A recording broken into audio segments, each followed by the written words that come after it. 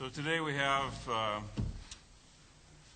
study session, discussion and possible action relative to timing of the creation and or updating of the county's community plans for the current general plan update.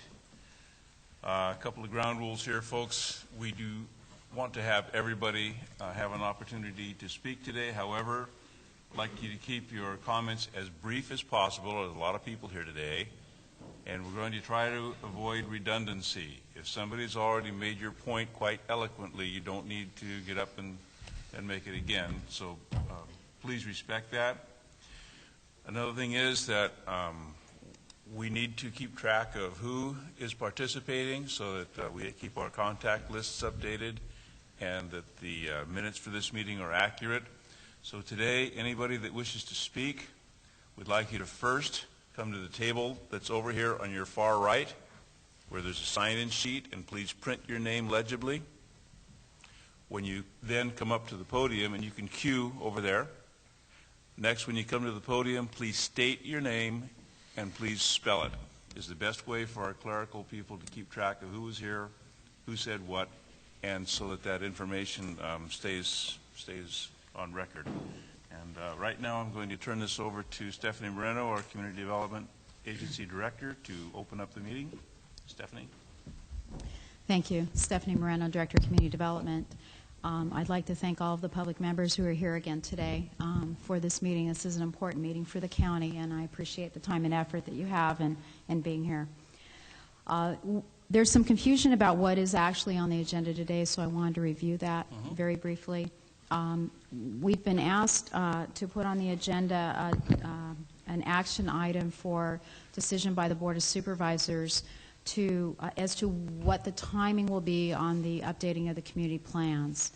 And I'll go through those options for you in a minute.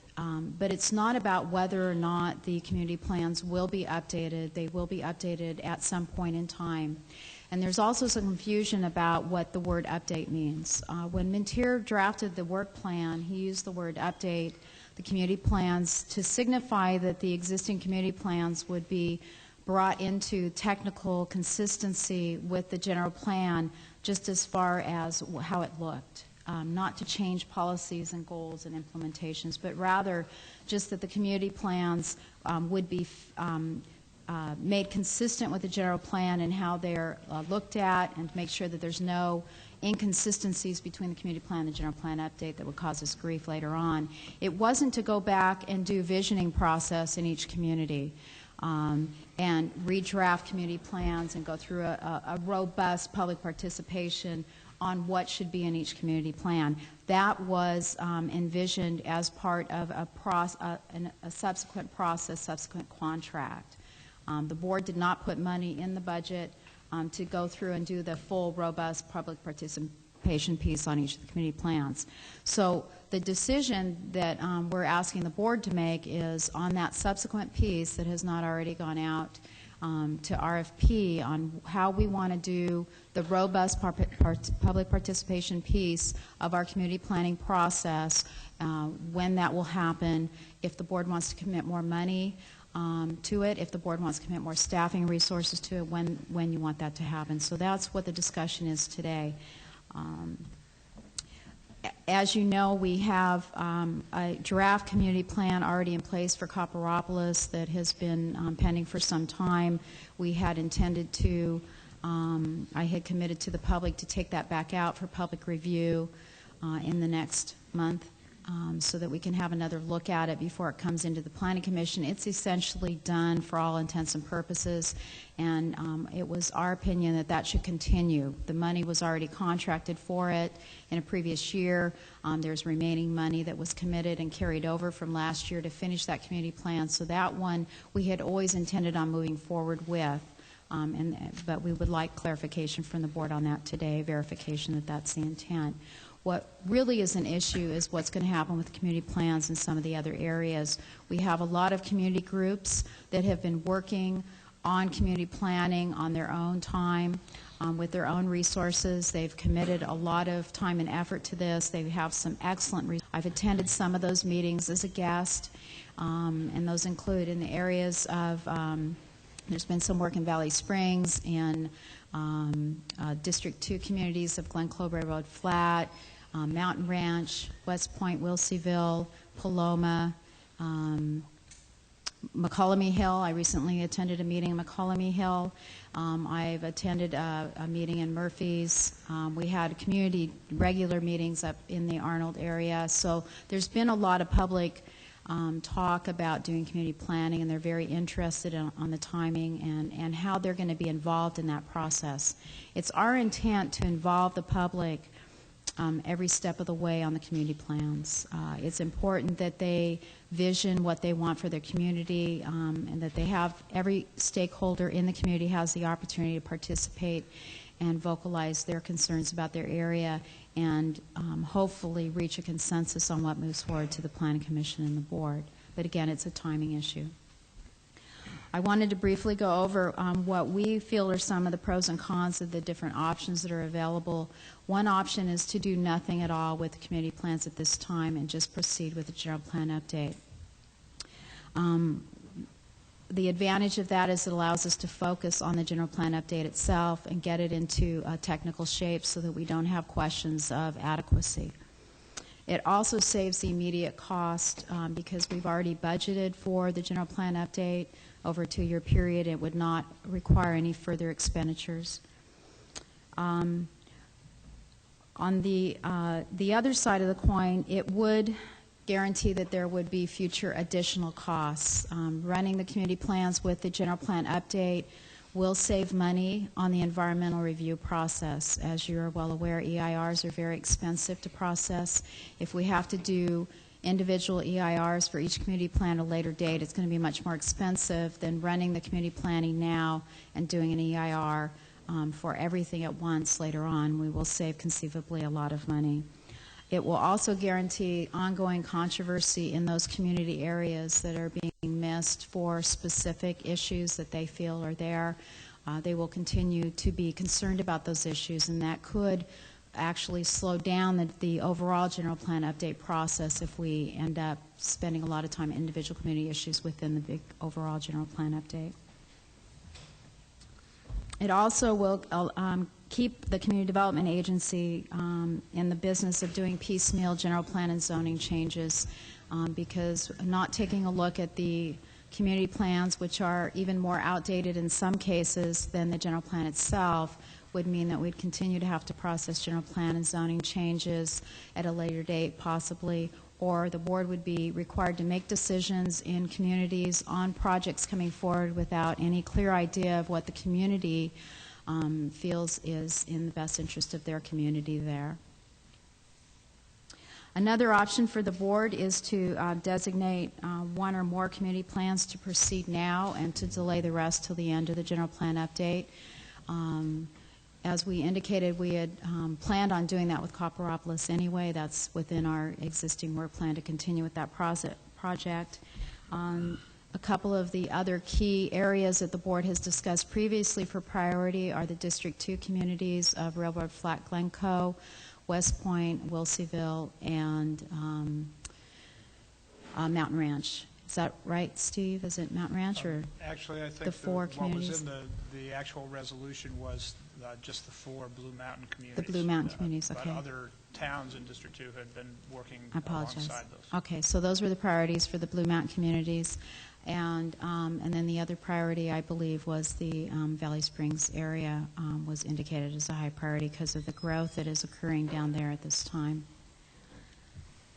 That being said, almost every area that we have had a meeting in is indicated an interest in developing a community plan or preserving their community plan with minor changes. I think the only community that I know of that adamantly wants, that I've heard adamantly wants no changes is Rancho Calaveras. They would like us to just leave them alone at this time. But I don't know if that's a consensus of the area, but we've heard that pretty regularly. The third option is to allow every community plan to proceed concurrently with the general plan update. Again, that will take our focus away from just the general plan update. We'll have staff resources working in a variety of areas. It will be possibly a little bit more scattered on our staff resources, especially given the staffing shortages that we currently have. However, it would be financially more feasible and economically more viable for the county to proceed in that area. It will save money later on down the line if we do it all at once.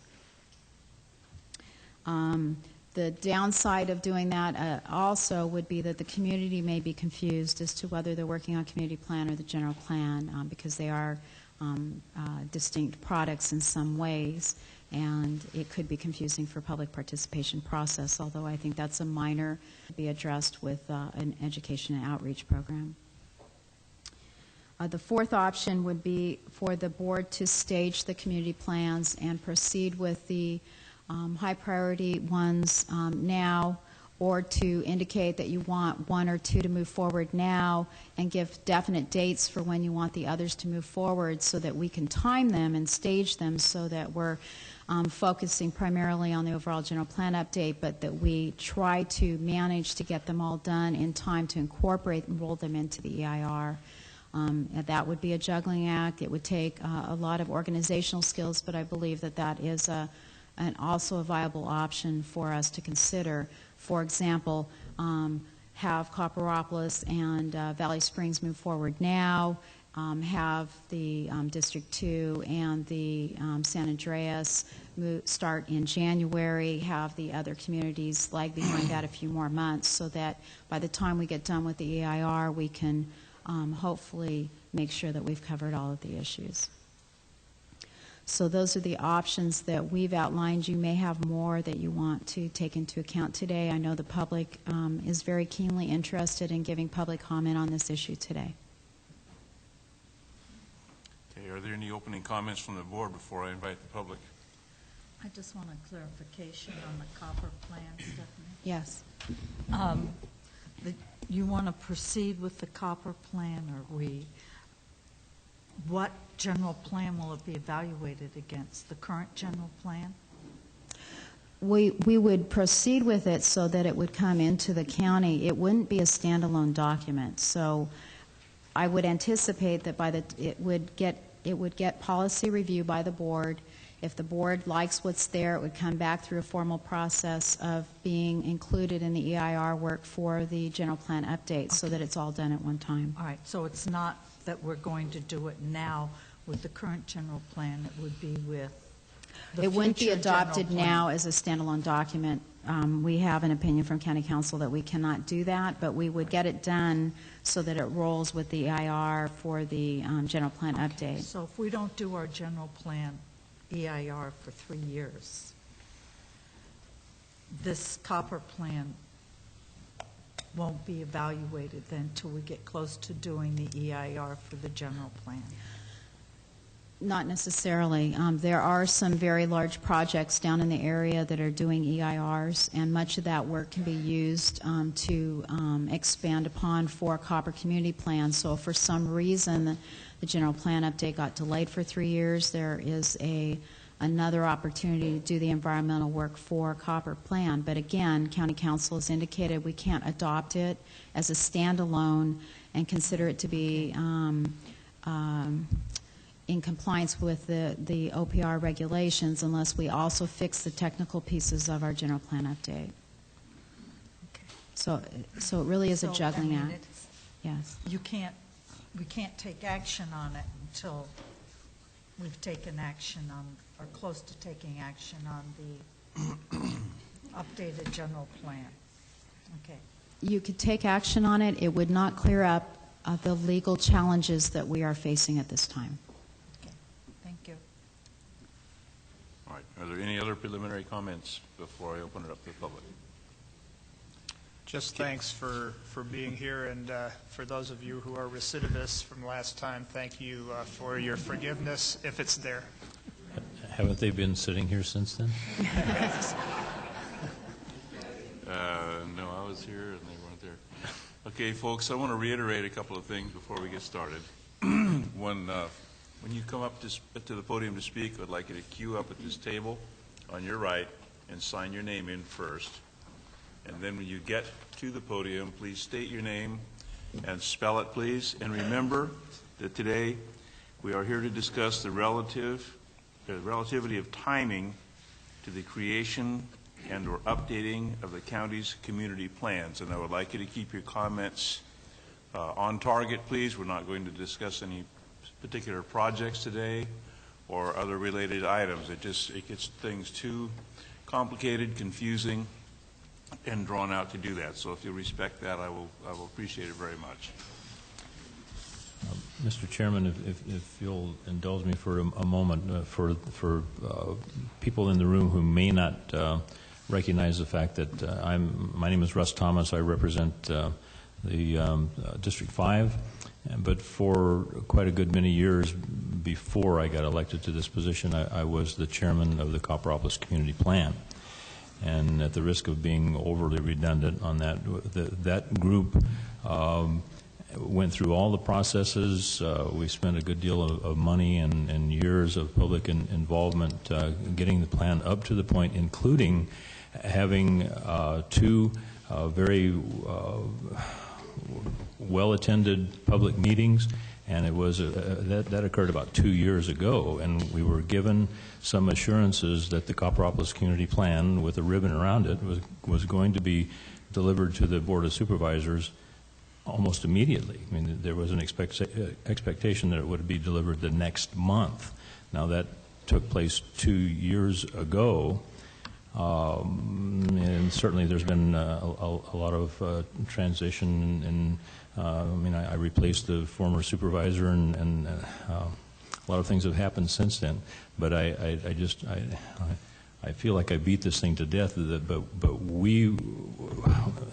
the opportunity for us to get our plan adopted was withdrawn from us 24 months ago, and many of us feel that was an unfortunate timing.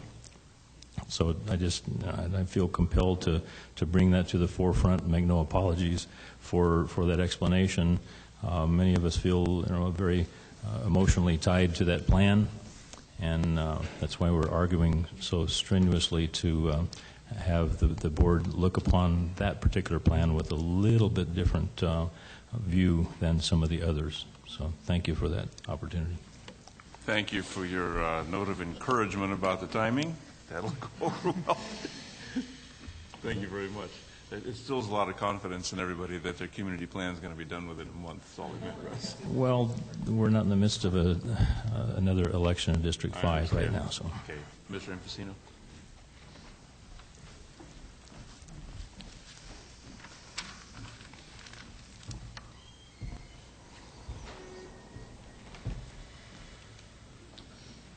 Good afternoon. My name is Tom Infacino.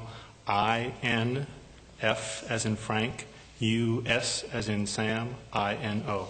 And I'm the facilitator for the Calaveras Planning Coalition.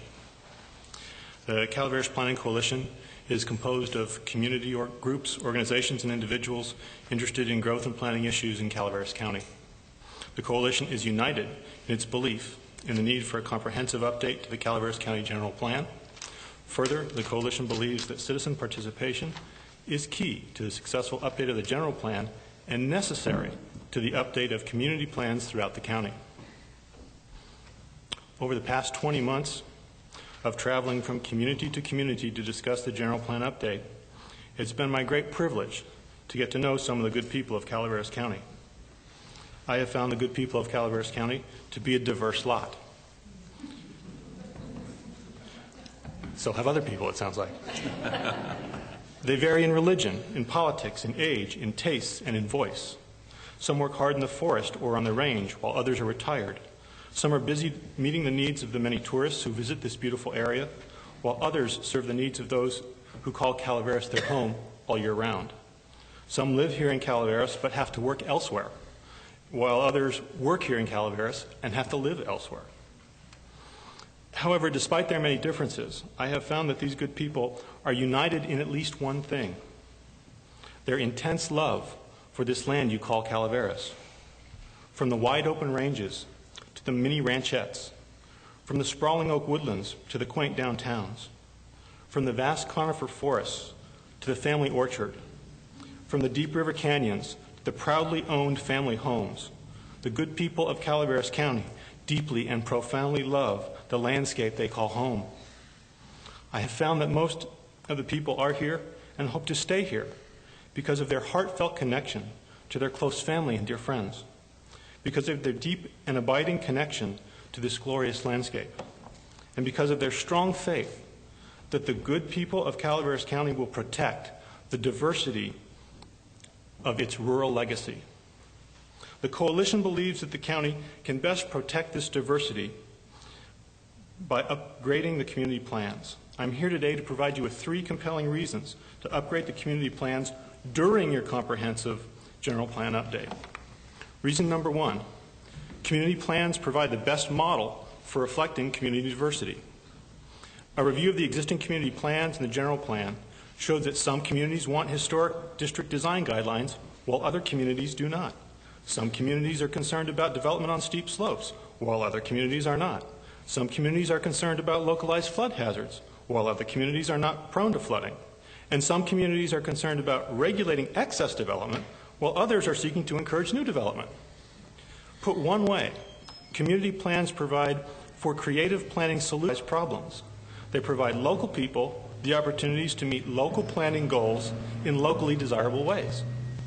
Put another way, community plans provide opportunities for communities to maintain their values without imposing them on the rest of the county. They provide a convenient place for skilled politicians like yourselves to safely store strongly held but merely local viewpoints. For example, if stargazers in Arnold want outdoor lighting standards to reduce light pollution, their community plan can do that without imposing similar constraints on, say, Valley Springs. In this way, community plans can help both respect community diversity and to reduce the conflict over which policies will end up applying uniformly to the entire county in the general plan. Reason number 2, the upgrade of the community plans is very popular. It has been much easier for the Coalition to organize folks to discuss upgrades of their community plans that affect them the most than it has been to get folks interested in the countywide general plan, which is kind of hard to get your head around when you think about it. People in places like Copperopolis and in District 2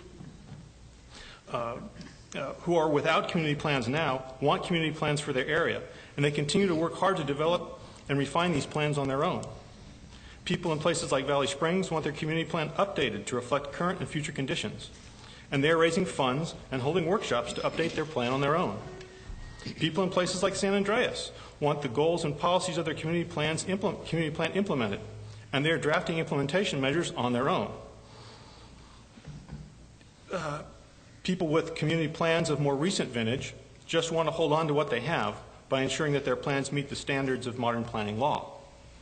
My dear supervisors, I suggest to you that the community plan upgrade train has left the station and has a full head of steam behind it.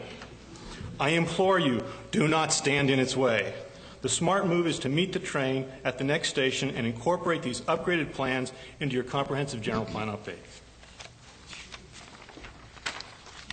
Reason number 3, you have to plan for the development of these communities anyway to properly update the general plan. That's part of the conversation you were having over here a moment ago. To conform to state law, the general plan must include a map showing the land use designation for every acre in the county, including the acres currently covered by existing community plans. Those land use designations must be defined in the general plan. There is no way to avoid planning for these communities. The real question is, do you want to build on the existing community plans, or do you want to start from scratch with some other planning model? You are already collecting community input. Why not put it to good use by upgrading the community plans? In conclusion, I would like to remind you that when I came before this board in January of 2006, 20 months ago, I gave you 3 pieces of advice on how to proceed with your general plan update. I encouraged you to improve upon what others have done, to leave no one behind, and to seize the day. By upgrading the existing community plans, you will improve upon what others have done. By adding the new community plans, you will leave no one behind. But how do you seize the day? What is the prize to be won by your vote today to upgrade the community plans during the general plan update? Your vote will inspire communities throughout Calaveras County to continue to cooperate with the rest of the general plan update process. Your vote will respect the wishes of highly motivated communities to chart their vision for a brighter future.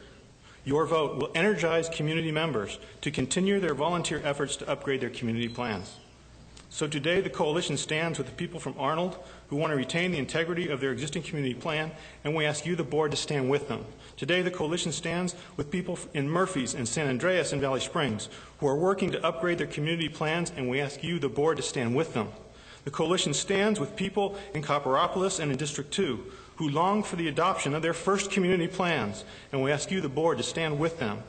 Please take this opportunity to stand with all of us. Thank you. God bless you, and God bless the good people of Calaveras County.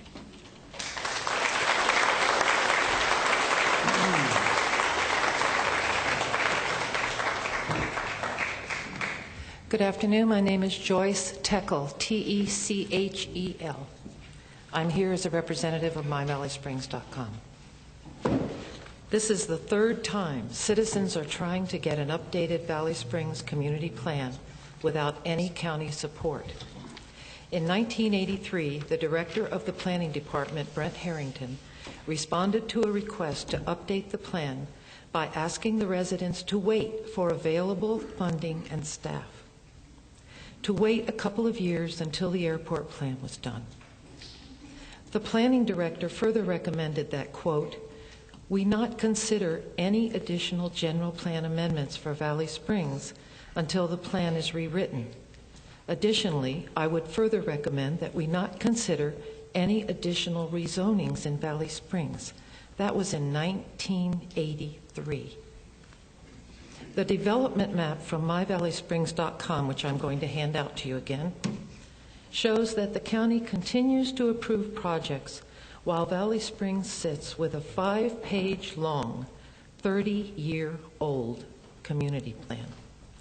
The greater Valley Springs area is being buried in projects, while traffic problems and local flooding episodes go unresolved. Some developers are clear-cutting the oaks just because they can. As a community, we are having our future options closed off. Thank you.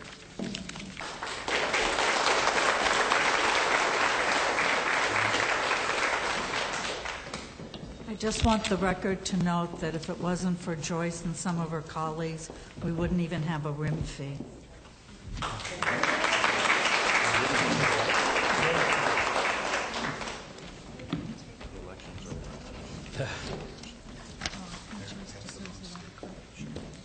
Hello, my name is Sharon Romano, R-O-M-A-N-O.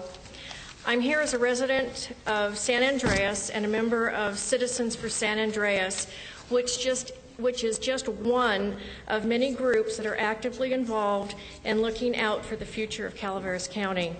CSA, short for Citizens for San Andreas, is a broad-based group of volunteers with no profit motives and no special interest ties that were wanting smart growth. CSA is just one group in the county made up of your constituents, representing merchants, the arts community, children, education, service organizations, seniors, and local government, who all believe the communities that make up Calaveras County have unique characters and needs that can only be preserved by each having their own updated community plan. Excuse me. CSA is currently working on an update to the San Andreas Community Plan based on needs that were made obvious when it hosted a meeting on June 14th of this year, at which about 130 San Andreas residents attended. At that meeting, and over the last few months, San Andreas residents have completed about 250 surveys that clearly express their vision of the community and why there should be an updated community plan. Because of my limited time here, I'm only going to use just one example, and that has to do with how big should San Andreas be. According to the September 8, 2006 Calaveras County Land Use Assumption Report, the build-out based on the existing general plan would be over 8,000 dwellings in San Andreas. The November 2006 Wastewater Facilities Master Plan reports that with current technology, the topography of the area, water quality requirements, and other factors, the San Andreas Sanitary District will only be able to support 4,600 dwelling units. About 250 recent surveys from San Andreas residents shows that the community would like to limit the maximum population to about 6,000, which would be about 3,000 dwelling units. So how will this issue, as well as many others, be addressed if there is no updated San Andreas community plan? How will the issues important to Valley Springs, Murphys, West Point, and the other distinct, unique communities of our county be addressed if there are no updated community plans? The community is here, willing to help make this happen. Are you going to work with us, let us work with you, or are you going to turn your backs and continue business as usual? Thank you for the opportunity to speak.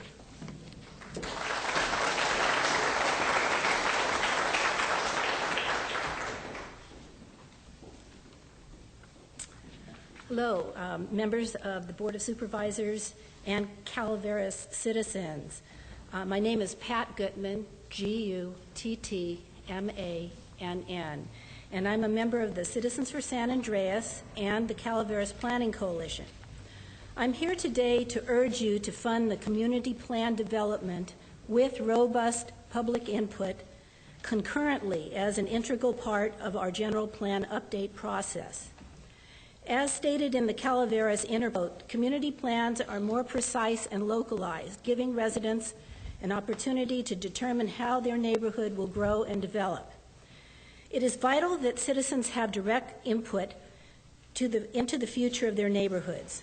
An example of the need for input can be illustrated by the consensus at recent town hall meeting in San Andreas and the results of the survey that she just alluded to.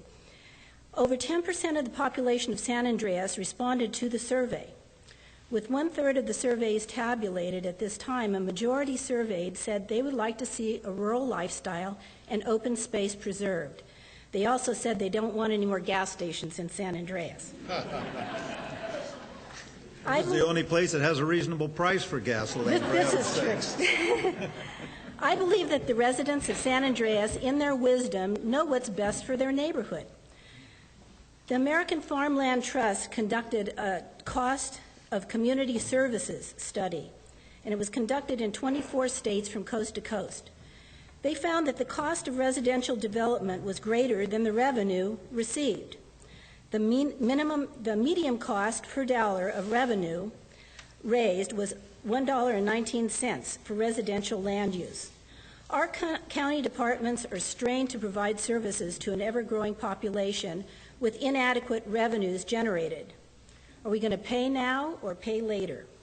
Calaveras County was recently the target of a high-profile, expensive lawsuit brought on by Tuolumne County because Calaveras didn't provide proper road infrastructure for proper circulation to accommodate the fast pace of growth in the Copperopolis area, and it's impacting Tuolumne County.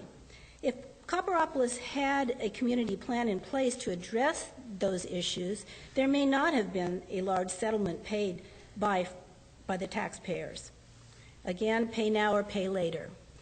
The grand jury recommended the following regarding general plans. Quote, the process and progress be monitored by future grand juries to assure individual community plans are reflected in the final document. And you handed the community a carrot regarding the development of community plans, and the community responded enthusiastically. You are now possibly advocating taking it away because of costs.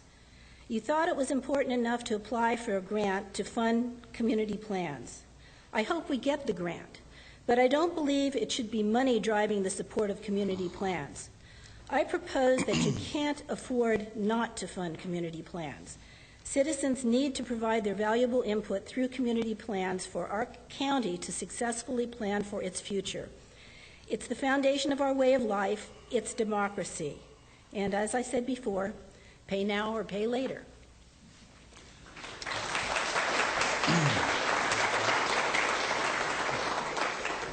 Thank you, Ms. Chair, Goodman. if I may, I'd just like to make one I clarification. was going to do that. On those comments. Yes. On the copper and the lawsuit with I guess I'm not. Tuolumne. Am I on? In the lawsuit with Tuolumne County, the taxpayers didn't pay a penny. That was a lawsuit against Oak Canyon and their development on their EIR. It had nothing to do with the development of roads and circulation in Calaveras County. It only had to do with Tuolumne County. And quite frankly, the people are going over there so they can shop at Staples and Walmart and the big box stores in Tuolumne County. It was settled because the developer couldn't stand the financial burden of the time that the lawsuit was requiring. It was not settled on its merits. So just a clarification.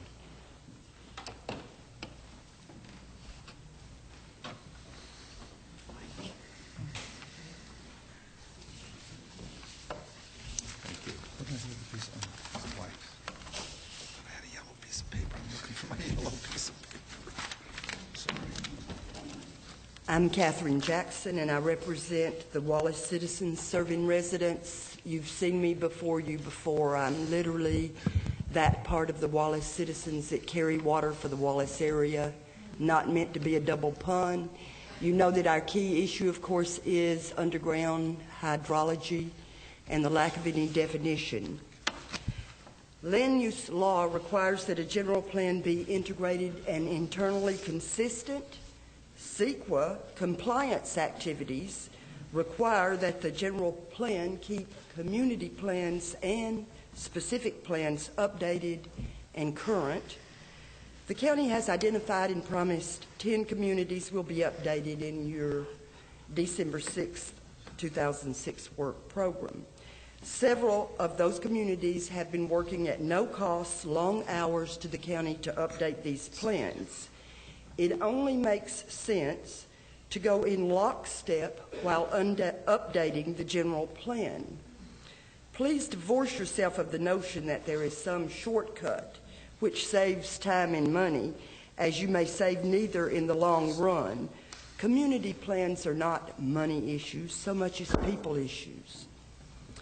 So you can see from the first paragraph that we're strongly endorsing option number 3, that you look at those current plans that you can bring up even as interim community plans and run them simultaneous with the community plan update. Wallace itself does not have a plan, so our group must keep a dog in the fight because inadequacies in your current general plan under land use principles cannot define for you a specific project area's boundaries in terms of available and sustainable water. Your planners have seen at least 3 DHS letters from the Regional Water Board for surface water in our area now. Further letters in current projects that you will be viewing in September request that the county integrate all projects not to exceed a potential of 400 more EDUs or water connections in the Wallace Lake Estate area. You have another 33 well projects up before the planning commissioners soon. Now you have another project I will not identify coming up for review, alleging to be, by the way, on the same deep aquifer and in a state of overdraft. You have copies and documents relating to all 3 of these that show that while one project alone can sustain 78 million gallons of water a year, there is another EIR before you that is saying it will be pulling from the same aquifer, and it is pulling 94 million gallons a year. What puts your jeopardy in terms of the long-term water availability? This last will come before the planning commissioners soon is equivalent to 513 single-family residents. Please look at your new final Calaveras land use assumptions. Wallace's potential build-out of dwelling units is listed at 852 residential units, and it shows 439 residential units existing in your baseline. Current projects in immediate line that you will be looking at already exceed the amount of build-out that your new land use principles. This only points to why specific areas have specific needs that must be addressed in lockstep with updating a general plan, particularly the land use element. And in closing, a community's sense of identity rises to the front when large development projects invade its territory. Urban sprawl starts the fragmentation, and it's followed by a rise in crime, pressures on public services that are not adequately addressed if you do not understand specific community plans. Wallace residents look at dwelling units and current land use maps, and we see almost no open space, nor opportunities to protect our wildlife corridors, our oaks, our water, and our rural way of life. But we do ask for us and all other community areas at least public input that is simultaneous with your general plan update. Thank you, Catherine.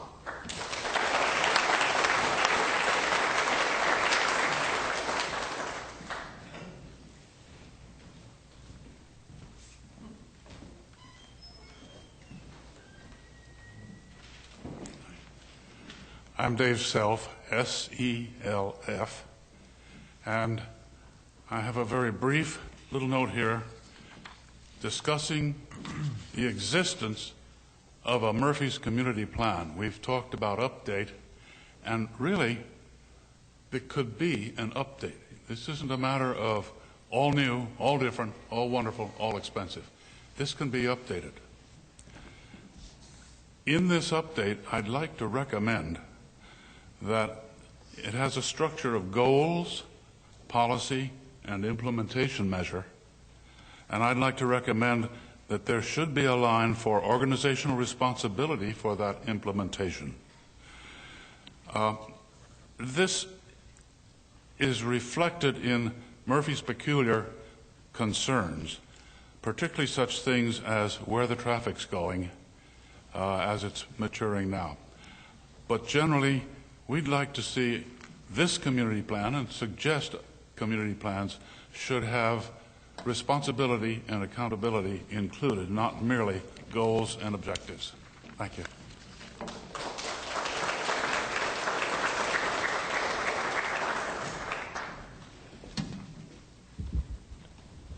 Tall guy. Good afternoon. My name is Chris Wright. I'm the Executive Director of the Foothill Conservancy. That's C-H-R-I-S-W-R-I-G-H-T. And I'm also a fourth-generation Calaveras resident. And I have to say that I really like Calaveras County as it is right now. And one of the reasons why it's still a really great place to live is because of, in fact, the main reason why is because of the people who have lived here for a few months, few years, or generations. And that is critical in this time of change for Calaveras County, that we have input from each of those people throughout the county. And the best way to do that is by going into the communities where they live and talking about their particular communities. So we need to spend the time, the energy, and the money to make sure we get as much public input from these people that have protected the way of life of Calaveras County for the last several generations. And the Foothill Conservancy is willing to help out with any looking for grants and finding additional funding or sponsoring workshops throughout the county. So I appreciate your time.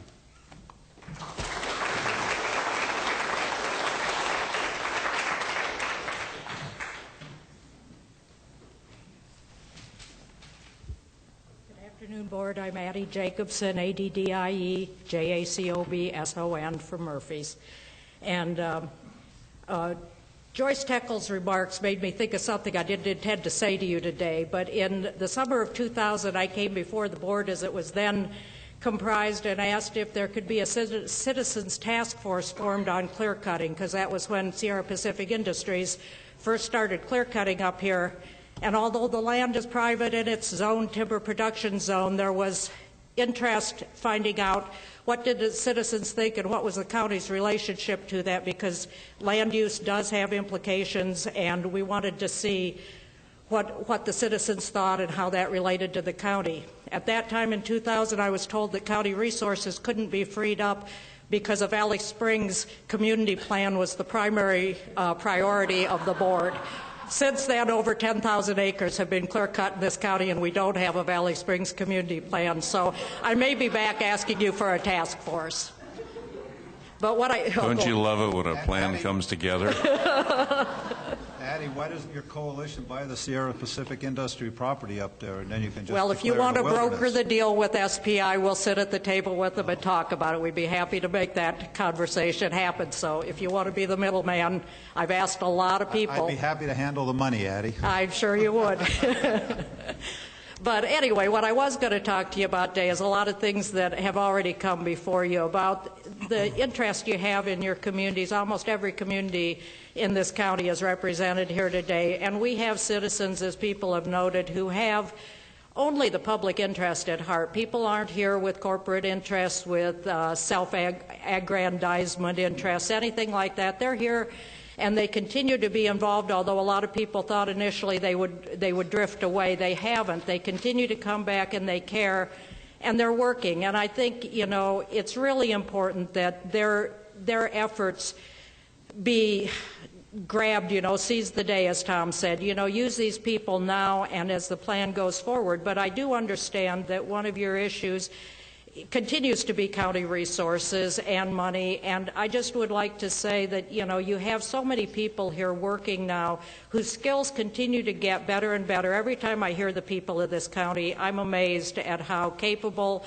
they continue to be, articulate, and how, you know, how fair they are in their assessment of what goes on. And you've got people to work with, and if you would leverage the resources you have in train the trainer techniques or whatever, where you take people from each community and make sure they know what's needed in the community plan process and maximize what you put forth and put it together with the people who are here offering to work with you. And it would be respectful if you had a little bit of money to throw their way to help them, but if not, there's enough people here who are working just, you know, you do things sometimes for love or money, and they're doing it for love of this county. And I'm just reiterating what someone said, don't let money stand in your way, but let's find a way to leverage the resources you do have so nobody is left behind in this process. Thank you.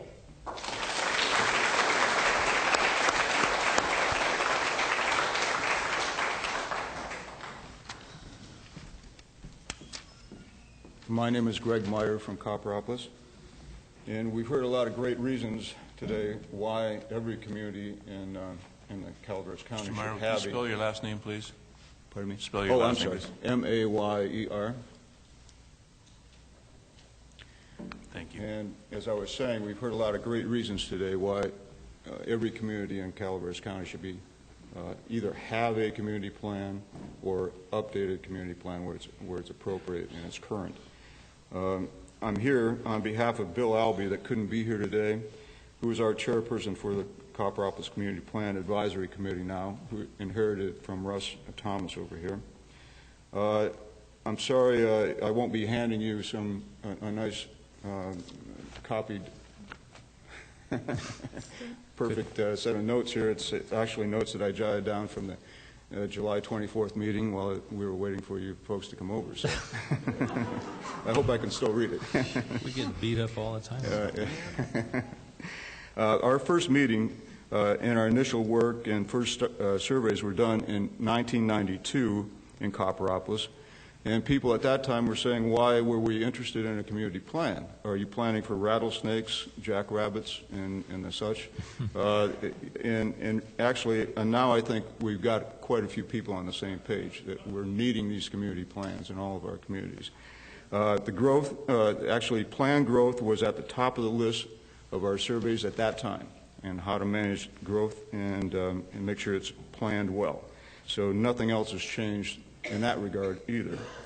Work was resumed in 1998 when the Board of Supervisors established the Copperopolis Community Plan Advisory Committee, and shortly thereafter, Calaveras County Lake Tulloch Conservancy and the Copperopolis Community Center jointly applied for and received funding for a legacy grant through the community center, through the Great Valley Community Center, or Great Valley Center, excuse me.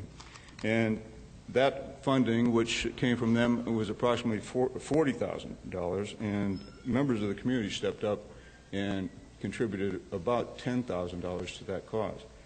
So what that allowed us to do is to give some backing to what we were doing with our community plan. And the group that was hired to do that was RRM Consultants, and they did a very good job of town hall meetings, writing up these studies, and gave some credibility to what we were starting to do in Copperopolis. The next point I was going to make is that the committee there, like the committee in most areas, I'm sure, was very diverse.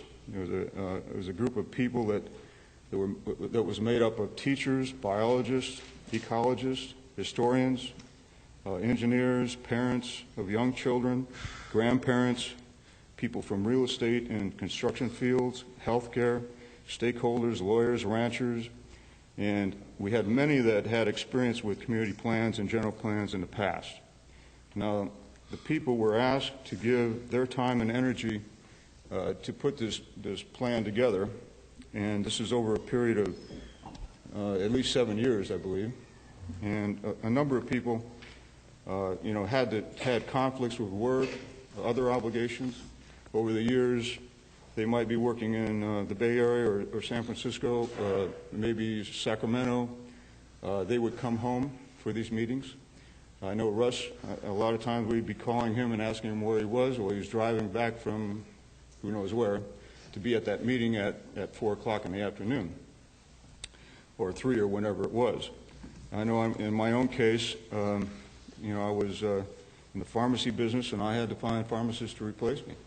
And, I had to do scheduling, and I had a number of things that other people also did. So I just wanted to make the point that it was us to come up with a lot of commitment here and a lot of work and energy involved over a number of years. And so we're now turning to you and asking that you step up and do your part in helping us adopt and implement the community plan in Copperopolis. We're hoping that you give a very high priority to our plan and the state it's in, as well as other plans that are in the earliest stages, and hoping that the cost consideration is not the total consideration here. In our case, the public comment period has been has happened. We've got input that has to be addressed. We've got concerned citizens groups. We have Smart Growth of Copperopolis that's been meeting monthly to be prepared for the final stages of addressing what needs to be done with our community plan. There may be minor changes that have to occur. Of course, addressing these comments and possibly maybe changing the mapping to accommodate the concept of accessing New Melones Reservoir for recreational opportunities. But we're very close, and I think that I can speak for most of the people in Copperopolis that we wish that our community plan be adopted and implemented. Our last meeting that we had, our Copperopolis Community Plan Advisory Committee, was July 14th of 2005. So as Russ was saying, it's proper, I think, to ask that we be given some priority and our plan be finalized. So, thank you. Thanks, Greg.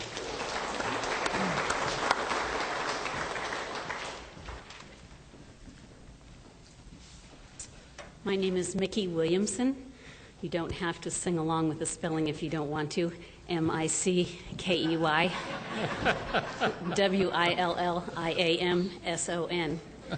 I live in Murphys. I'm a member of FOCUS, the Foothill Collaborative for Sustainability, which is a group of individuals and organizations who are committed to a sustainable future for Calaveras County.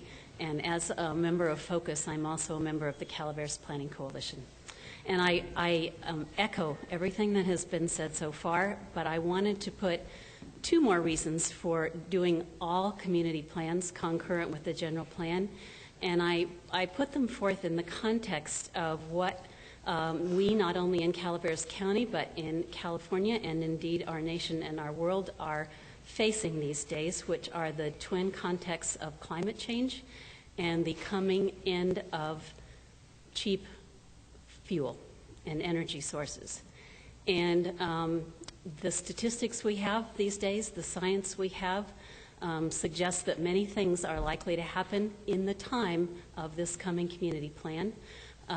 This is a little farther out, but just one fact is that it's estimated that by the middle of the century, which is not long after the time of this community plan, the Sierra snowpack could be reduced from 25 to 40%, which we all know would have serious implications for water, which have serious implications for development.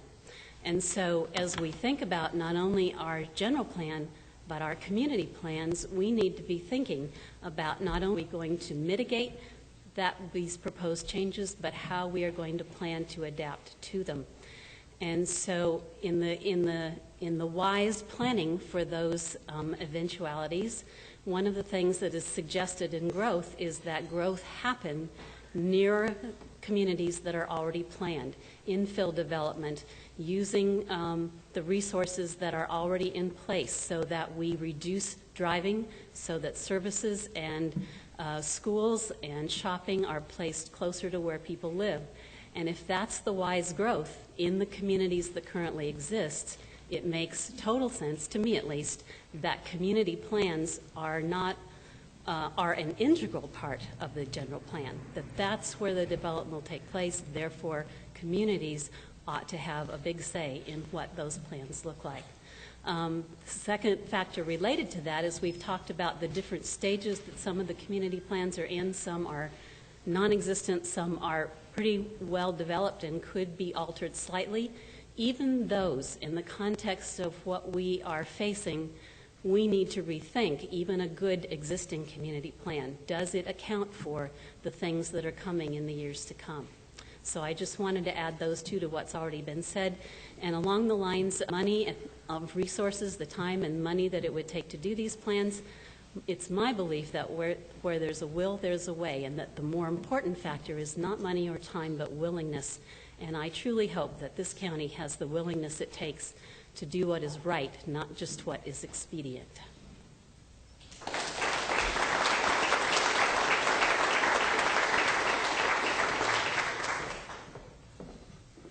Good afternoon, Mary Boblet, B-O-B-L-E-T. Today, I would like to talk about tourism. Tourists have been coming to our county for over 150 years, and I'd like to advocate for those tourists recreating in our communities. In some ways, the natural diversity of our county actually defines what our communities look like. I would like to argue that our ability to continue generating tourism dollars depends on our ability to maintain the unique character of all of these communities.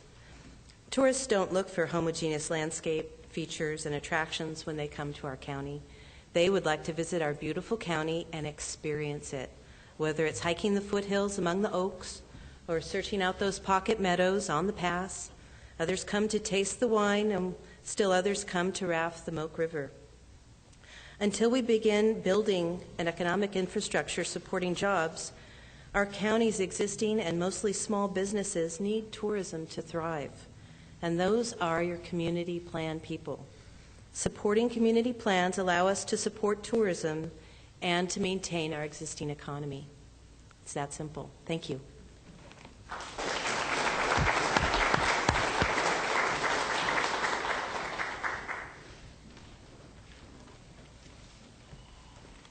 Joe Kelly. I'd like to applaud all the folks that have been up here and spoken. I think they're very well done. They know what they're talking about. On the other side of that, I look at something here that's a little problematic. The community director has expressed financial consequences of not incorporating community plans, yet no estimates of the update cost in that respect. And then also having stated that the updates at some point in time might be done.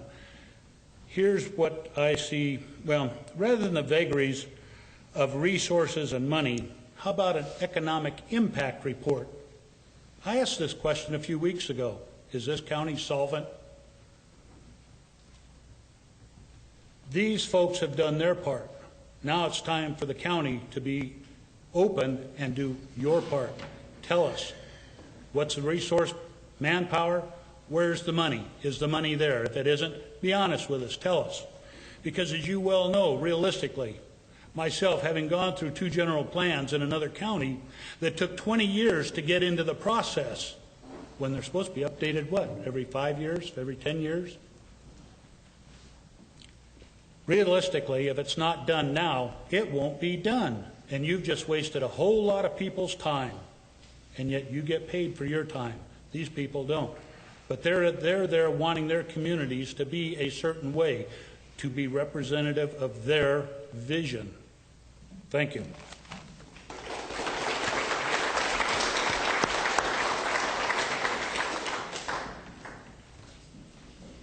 My name is Dave Haley, Haley. I live in Copperopolis, and I'm a division manager for Castle and Cook.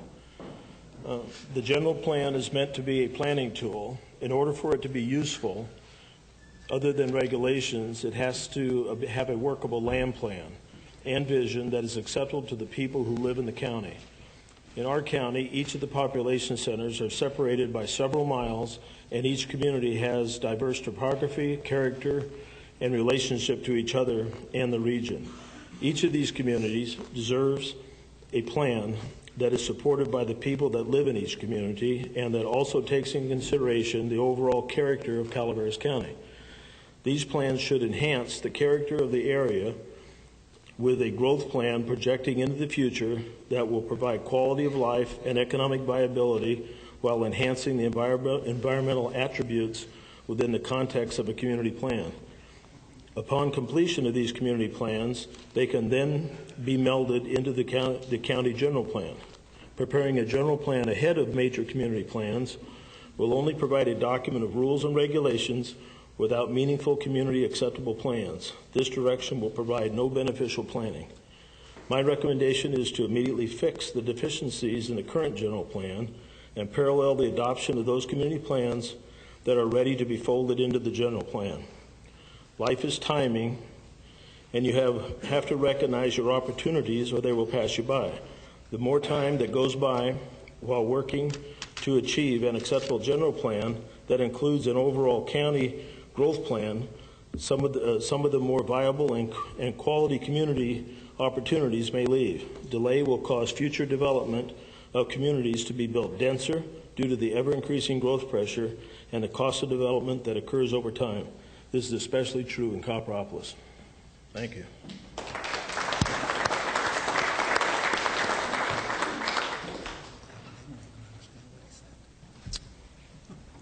Is there any other member of the public that would like to address this board? Bill, have you signed in? Pay attention. Over there. That's it.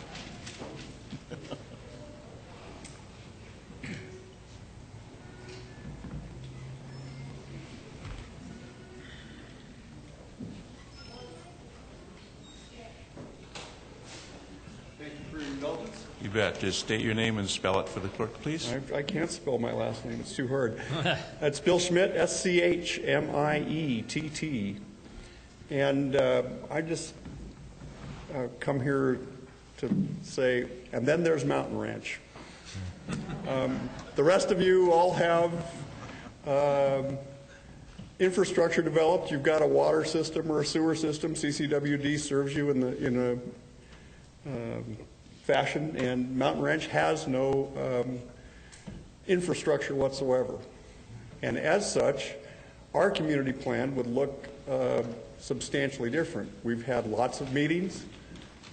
Over 100 people have shown up. We're willing to produce a Mountain Ranch community plan at no expense to the county, other than you might have to edit some typographic errors or whatever. But we can produce a community plan. I've read all of the community plans that currently exist in this county. It's some great work by some great people. We can plagiarize that with the best of them. I don't think it's going to cost anything more to the county for the citizens of Mountain Ranch to contribute a community plan, and we'd really like to be heard. I mean, we have a strong community, and we've been out in front, I think, on a lot of issues. So we'd just like to not be ignored. King George III made a mistake of ignoring a few people, and we ended up with a whole different process. So we'd like to be included. Thanks.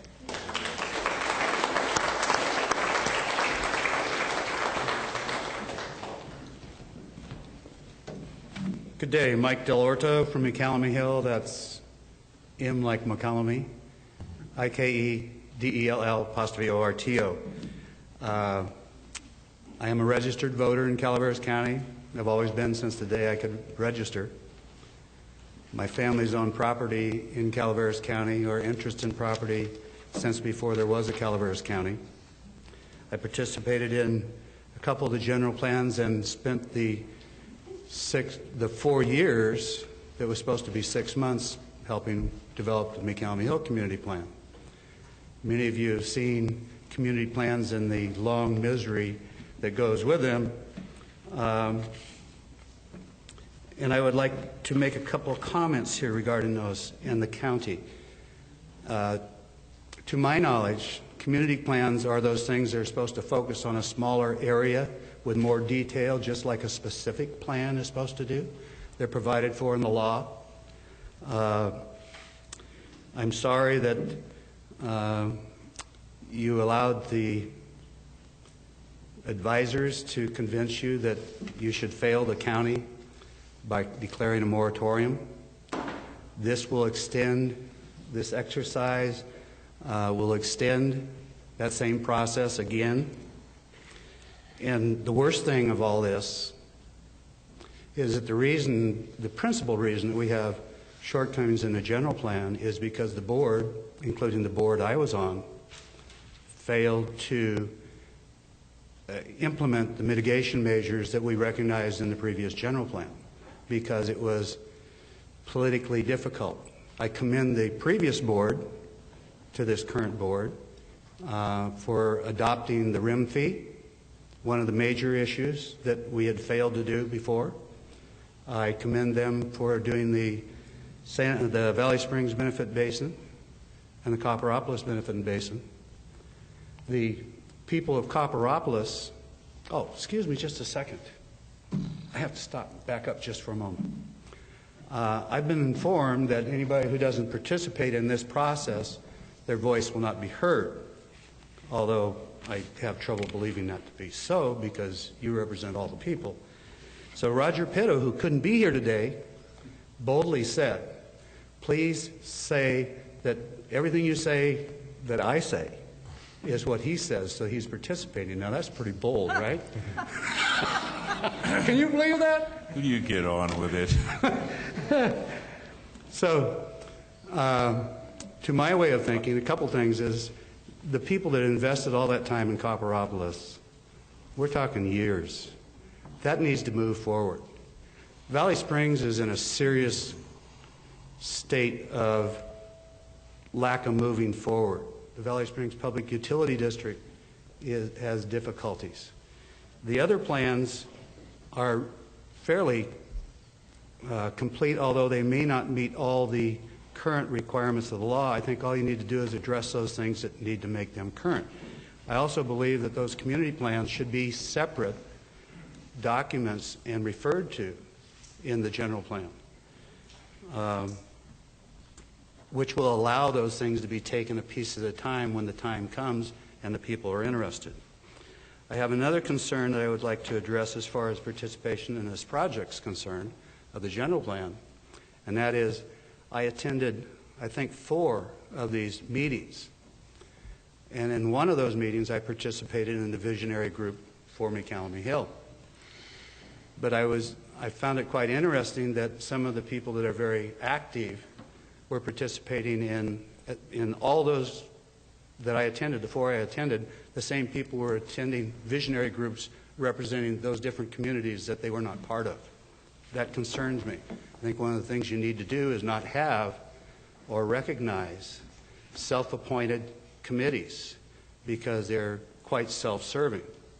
In the case of San Andres, I represent some people who have property there, and I'm looking forward to talking to this group from San Andres, even though he's involved in a very large portion of the property, he's received no communications, and if somebody from the San Andres group can let me know, we would like to be available to participate.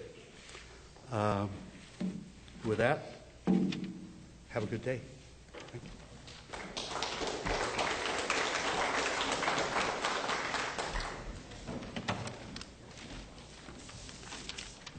My name is Al Segalla, S-E-G-A-L-L-A.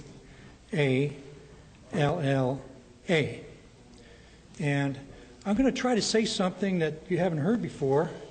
And so, for me, it's kind of difficult, though, because so often I repeat myself about being concerned about private property rights and don't forget that this whole thing is based on human rights. The purpose of government is to protect those rights of life, liberty, and property. And I said that before, but it's so important because that's what our country's founded on. It's not the dictatorship of the majority. The dictatorship of the majority hurts individuals. This has been demonstrated this last century in many countries. And it's almost proven beyond argument that when government gets uncontrolled and violates the individual rights of the property owners, you have an economic catastrophe and worse. I like to go fishing in Lake Tulloch. I have a pontoon boat, and I'm not very good at it. It's poor planning. I buy lures that I'm attracted to, but the fish are not. Well, I use technology to try to make up for my poor planning. I have what's called a fish finder. And when I look in the fish finder, I see millions and millions of fish. Yet on the surface, I'm lucky if I see one splash here or there, once in a while. And then once in a while I do catch a fish. Usually it's too small, I have to throw it back. But here there's millions and millions of fish that are out of sight. They're out of sight. You can't even tell they're there. But the lake is full of these fish, even though I can't catch them. Here we are. How many people are in this county? 50,000, maybe? Just under. Just under 50,000? How many people are in this room? I counted them. They're just about 80. 80 people. Okay, these 80 people have a very passionate interest in the lives and property of that 50,000. We've got to be careful about property rights. Thank you.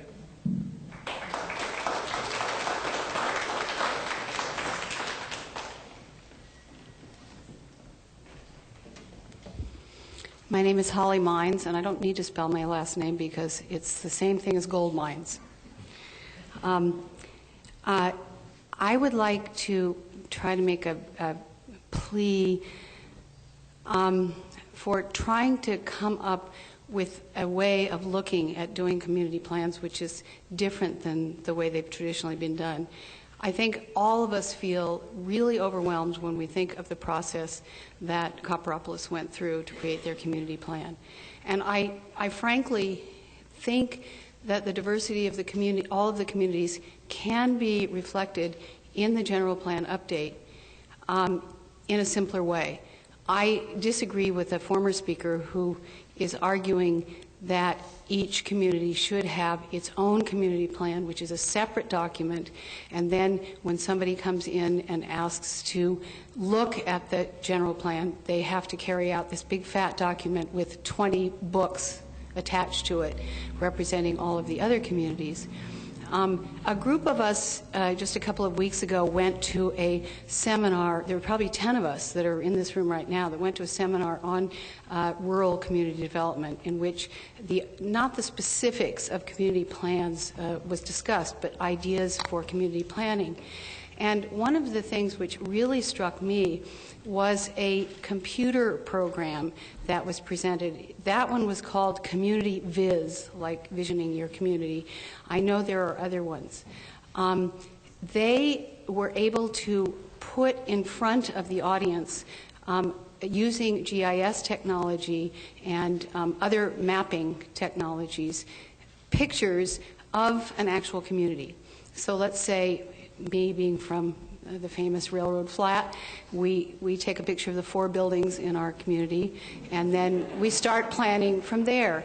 And then people say something like, well, let's imagine that we want our local community to in the next 20 years to increase, to double in population. So we calculate the number of homes, and then we actually place the homes on this program. And from that comes out information about how much water is going to be required, how much land, what the implications are for wastewater, for air quality, and things like that. I think there are really good ideas that are here today, suggest new ways that we might look at the community planning process. And I think the goal of all of us is to have a really top quality general plan that then itemizes the specifics of the individual communities and their special needs. And many people have pointed this out. You know, some people have really serious water problems and they don't care, or maybe they don't even have steep slopes. Some people care about building on the ridges, other people don't. Things like that. So it seems to me that if we can start thinking in a little bit different terms and think about how we could simplify the community planning process so that the really important issues are the ones that are addressed, and we don't come up with a document that tells, 20 pages of history and lots of, sort of nice talk about each community, but itemizes the things that we think are the most important to preserve or to work toward. I think then it seems to me more achievable and less expensive.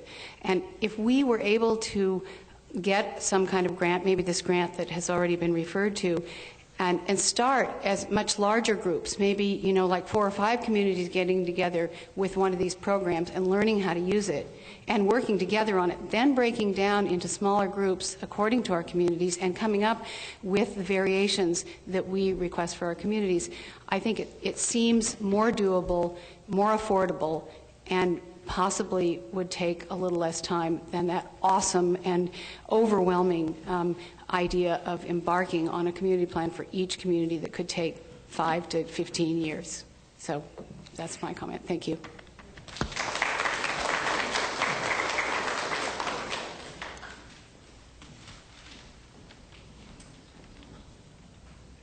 I'm Meg Self, S-E-L-F, and I'm here to say something very simple, beyond simple. It just sounds too obvious. I hear you say that every acre in the county in the general plan needs to tell how that acre is going to be used, what's its zoning, what's going to happen there. I see no way for you to know that without having the community plans. Unless you are going to zone every acre yourselves, and then the community plans would not have anything they could do. An acre in a community is a lot bigger than an acre in the county, and I know that sounds ridiculous, but it's true. That acre may be very important in how it's used to people in the community compared to how the county might look at it, looking at the whole county at the same time. To ignore what the community thinks and go ahead and do a general plan seems to me like it's impossible. So I would just like to make that statement. Thank you.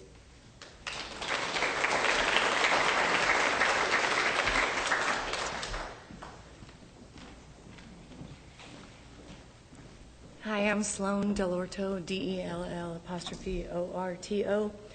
And I just have a short observation.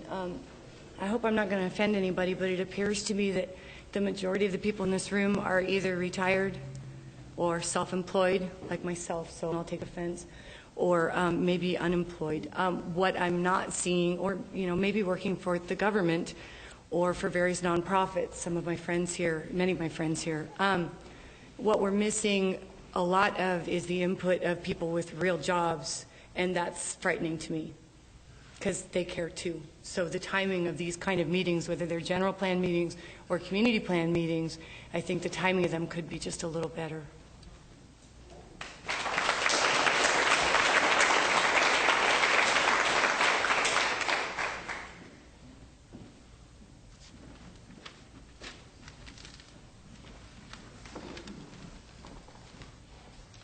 I'm Julia Costello from McElhenney Hill, and I was a little frightened by Mike's comment that if we don't get up and say something, we won't get to say anything ever again. So, but I was actually inspired by Costello. I was inspired by Holly Mine saying, can't we simplify this and make it easier? And so I would like to suggest that an example of that might be the cultural resource element for the general plan that Judy, Marvin, and I have been talking about quite a bit. But most of our communities up here want to preserve their historic character. That's their commercial asset. That's why the tourist comes. And so to keep every single community from writing their own historic ordinances, we could in fact put some effort into a cultural resource element in the general plan that people could buy into or edit or fine-tune for their community, but it would keep everybody from having to do that in every single community and save a lot of time and effort. Thank you.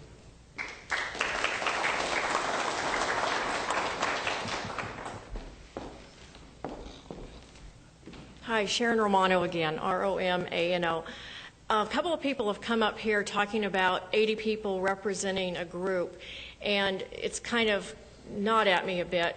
Some of us are here who are involved in organizations that have several members and input. And, I'd love to see this place just absolutely jam-packed. Some of us have meetings in the evening, so we do include those who work. So I just want you to know that there may only be 80 people here, but these 80 people, with the groups they're in, the industries they're involved in, their whatever, are representing a whole lot more than 80 people.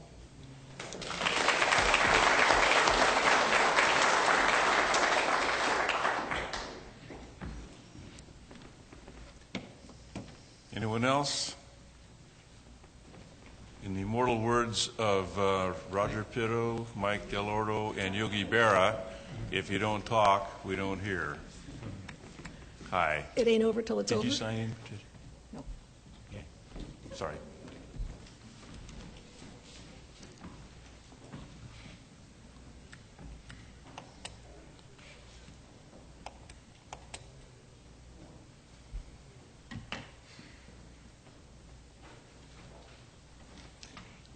Thank you. And for the record, would you state your name and spell it, please? Pam Taylor, P-A-M-T-A-Y-L-O-R. Good afternoon. Thank you for meeting us all here. It's very nice of you to give your time over and over and over again. I hope we can lessen these times. You people were elected by us. I'd like to allow you the time to do your jobs. I think you all have a pretty good idea of where people stand and what they think and why. And I'm happy to see that you're trying to take action. I'm happy to see Tom, thank you, and Marita for making sure that we have an open bid process for this general plan. It's critically important. Things have to be done so that they're fair. Those of you who've been around a while know what my father thought of general plans. Not much. He and I had many conversations about them. But one of the things that is important to remember in a general plan is its title. It's just that, a general plan. It is not meant to be specific. It should not be designed to be specific. It's supposed to cover the general county itself. Community plans are what they say they are. They're for each specific community. Each community has its different needs and wants, and topography, and water, and whatever.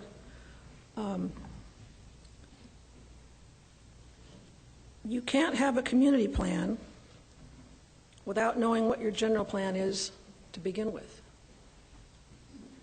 We don't have a general plan without knowing what the state plan and what the state requires to begin with.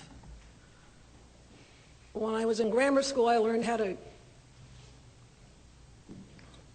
use words and how to put them in an order when you diagrammed and when you outline things. And if you follow the outline, there's something that starts something, and then there's sub-things that come below it. There's the state, below that is the general, under that comes the community plans. You can't have everything all in the same place. It just doesn't fit. Then you're going to have your 20 volumes every time somebody wants to know something. It should be simple. It should be one at a time. One has to come before the other. There's a certain chronological order. I think it's fair to keep it that way. It's not to say that there aren't specifics that each community needs and should be put into their own community plan if they so desire. But we've got to start taking things one step at a time, and all this other stuff that keeps piling on here seems to be getting in the way. If you truly want to do a general plan, I hope that you can just focus on doing a general plan and make it general and keep it general. If you start putting things in there that are specific and that are itemized, and you roll community plans into the general plan, which is going to take an awful lot of time to do because there's different communities with different desires, and that's going to be stirred around a little bit in that pot, we're going to end up with a Stepford County. And I don't know anybody that wants to live like that. You can have laws and laws and laws and laws and rules and rules and rules and rules, and pretty soon nobody can do anything without going and checking those 20 volumes. And I'm not saying we need a lawless county here, but we have to keep things in perspective, keep it simple, keep the general plan general, let the community plans come afterward. I think my dad would even agree with that. And we're never going to have meetings at the right time and place for everybody. But again, the supervisors were elected by the people. The people have voted, even those that don't come to meetings. And I hope that you will allow yourselves the opportunity to continue working that way. And I'll certainly support that. Thank you.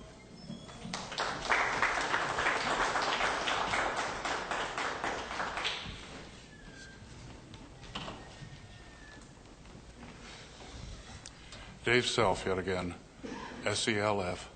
And another brief item. I want to say this as respectfully as I can, but it's my understanding that we had a meeting in Murphy's. It was a good meeting. A lot of notes were taken. A lot of notes were taken back by Stephanie and Mintiers. As far as I know, they haven't been found yet. We have them. We just haven't posted them on the website. As far as I know, they can't be found. I'd like to be wrong. I know where they are. You may be. That's wonderful. There is an implication there that they have yet to be looked at and analyzed, and I won't push you on that because of the time. But we have been asking for them, and Lynn was unable to find them, Stephanie. So what I'm here to say, to take your time, is I hope that as the public gets recorded as how they're feeling, that you won't disregard them. Thank you.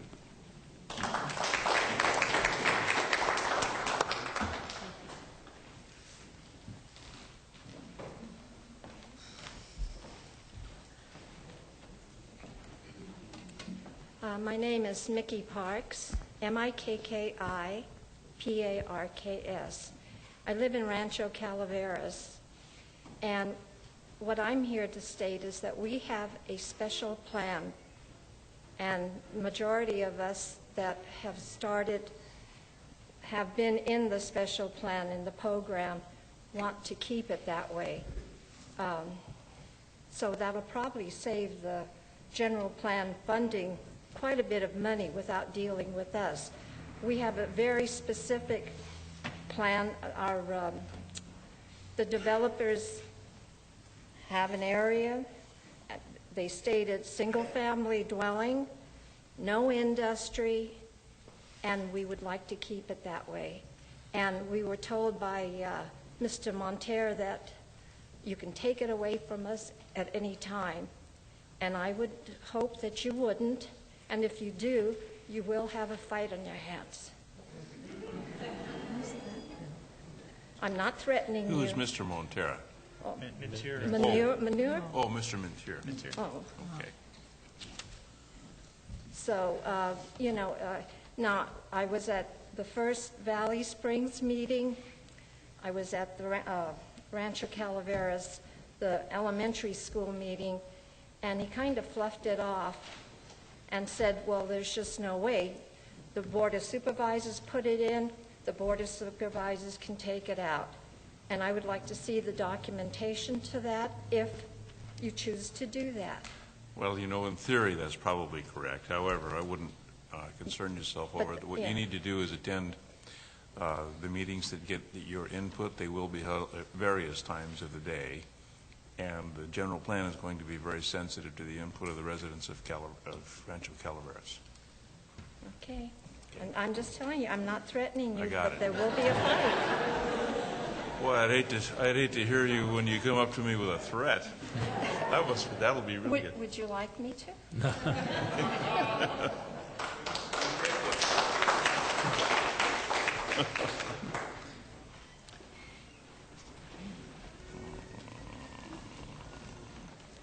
Joe Kelly, one of the previous speakers brought something to my mind, a question that how many other documents overlay the general plan or the general plan overlays? And I ask this because of conformity and consistency. Thank you.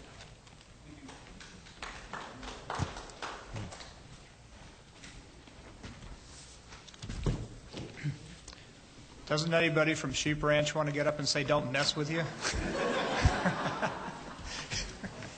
No, the community of White Pines has already said that. Okay, any other comments from the public? One more. Okay.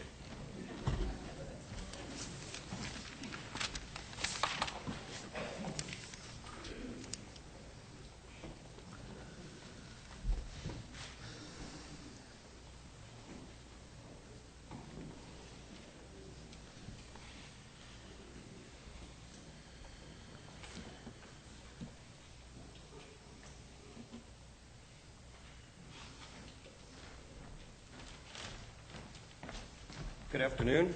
My name is Rick Torgerson from West Point, T as in Tom, O-R, G-E-R-S-O-N. And I was thinking about whether to say anything or not, but I wanted to draw a picture for you guys, and give you some perspective. I've been working overseas for the last 6 months, and I'm about to head to Egypt, where they are building 400 cities right out of the sand. And imagine the planning that should go into that, and they don't even have the organization to do that. So when you look at that and you look at what we have here, it looks like it makes it look pretty simple to think that community planning is a good idea.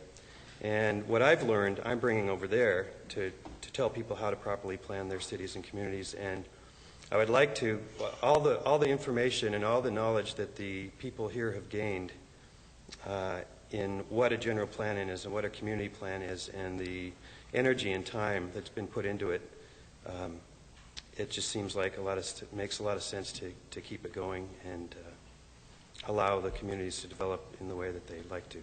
Thank you very much. Thank you.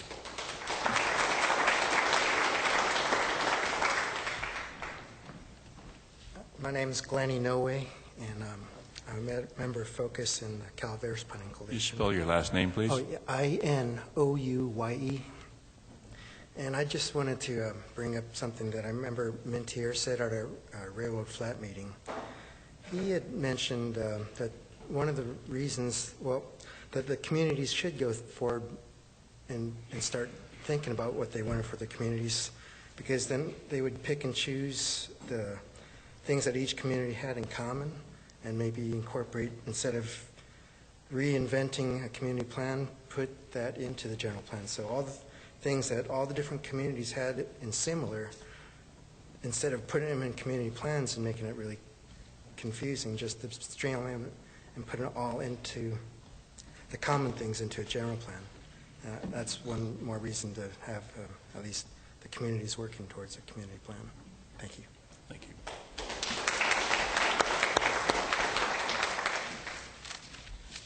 Anyone else?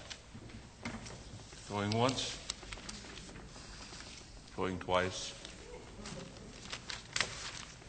Okay. Thank you all very much for your time and your input.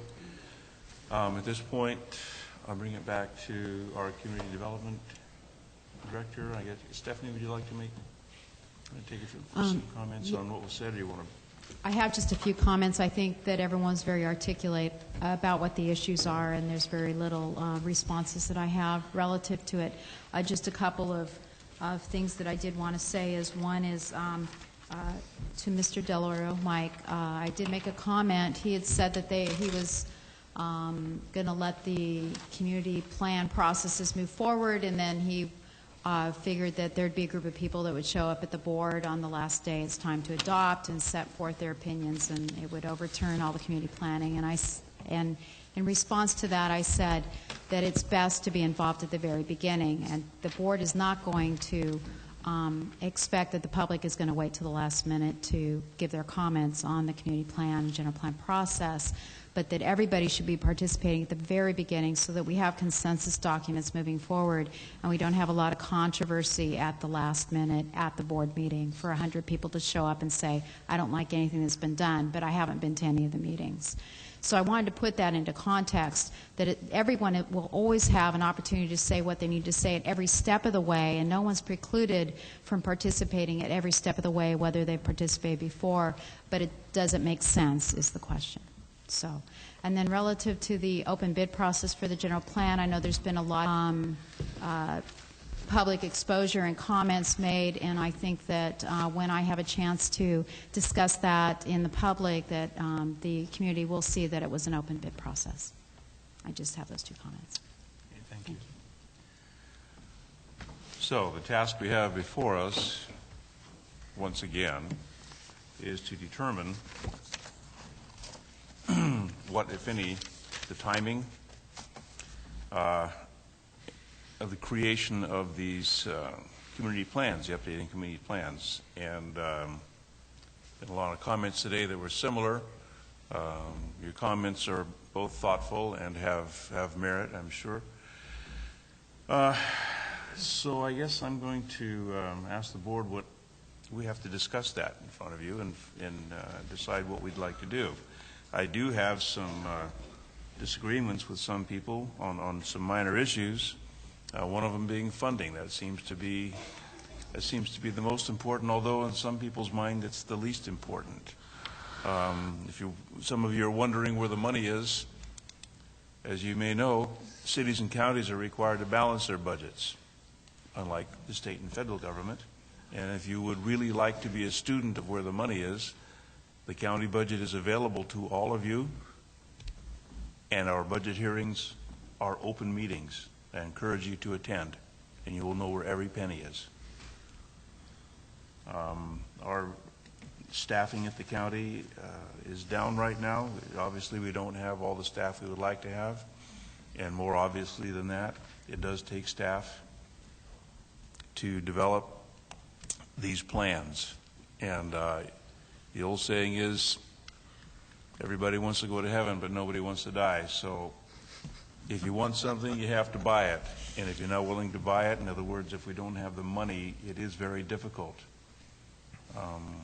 I don't agree with the notion that there's no county support. If there's no county support, I don't know exactly what we're doing here today. And I would try to encourage all of you people to remember that the people that work for the county, including the 5 supervisors, we live here too. And we really do want to do what is best for the county. We want to know what your ideas are. That's why we have these meetings. And I appreciate you all showing up. Now we have to figure out a way to do this. We do need a general plan, although it's not required that it is updated every 5 or 10 years. Only the housing element is required to be updated every 5 years. But many people, yourselves, the board included, know that it needs updating, and we're working hard to fund and to accomplish that. As you may know, if you're following this, we have hired the general plan coordinator to start that process. Somebody specifically assigned to do that, dedicated to that. And without that, it's impossible to go forward. And you know, sometimes I make corny little analogies, but I can't help it, so you have to put up with me because I've got the microphone. Most of you know what a demijohn is. If you don't know it by name because you're not old enough, it's the big 5-gallon glass thing with a little narrow neck on it. Some people put wine in it, some people put water in it for some reason. I have no idea why. But this to me is, I listen to this, it's like everybody wants what they want it right now. It's like you also know what a 5-gallon bucket looks like.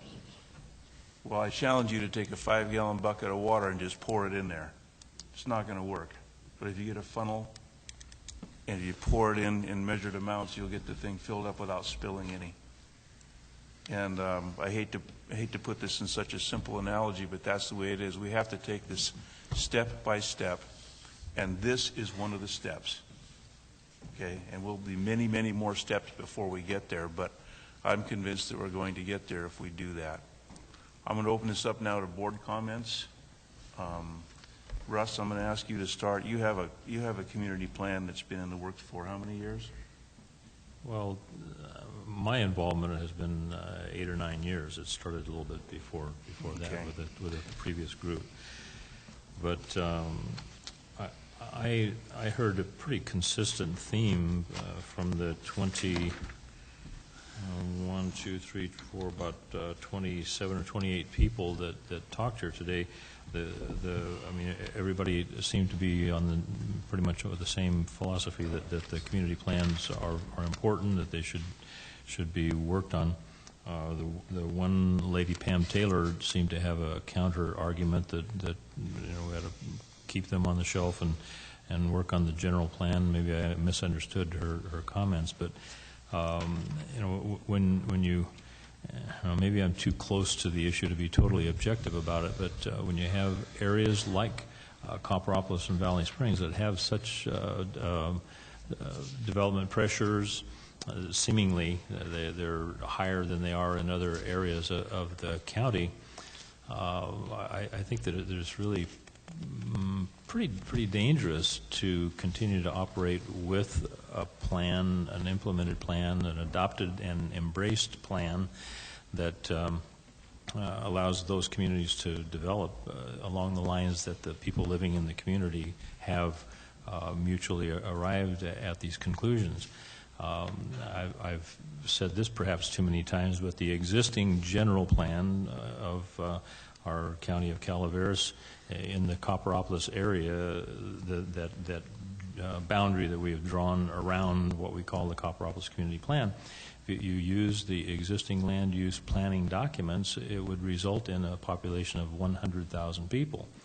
Now, the Community Plan Committee looked at what the existing entitlements are, and that was discussed in various communities, what the existing entitlements are and what the projected psyche of the individuals living there that would like to see the town look like when it grows up. But the existing entitlements in Copperopolis are about 18,000. And we didn't have any crystal ball, but the collective wisdom in the community meetings, we came up with that we could see that if we took all the remaining area that we could visualize being developed and applied the same densities over those areas that were previously granted, that it would result in a community that was sustainable, the infrastructure could be provided, and it would have about a 40,000 population. And that population would be bounded by the Copperopolis Mountains on one side and Gopher Ridge on the other, Highway 4 on the other, and natural boundaries like the river. We have always felt like that was a realizable plan. I'm only one vote on this board, but I maybe it's selfish motivation or whatever, but we can't hold the 4,000 to 6,000 people. I guess 4,000 people during the week and 6,000 people on the weekends that live in Copperopolis. But we can't continue to hold them hostage without having a plan that that it becomes a document that we can hold people's feet to the fire about what's required.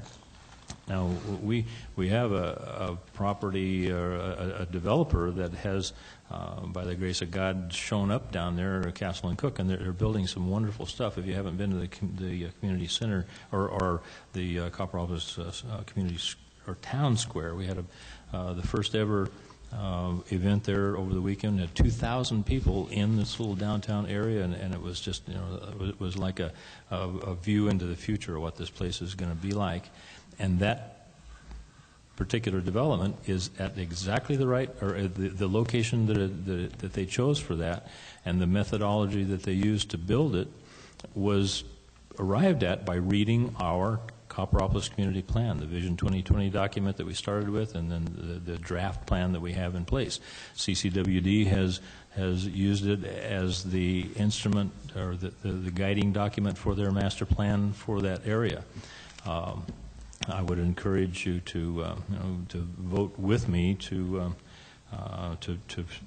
kind of shuffle along Copperopolis Community Plan, not at the detriment to any of these other plans, because our work is 99% done. We're not going to, if you agreed with me that we could quickly implement that, we would.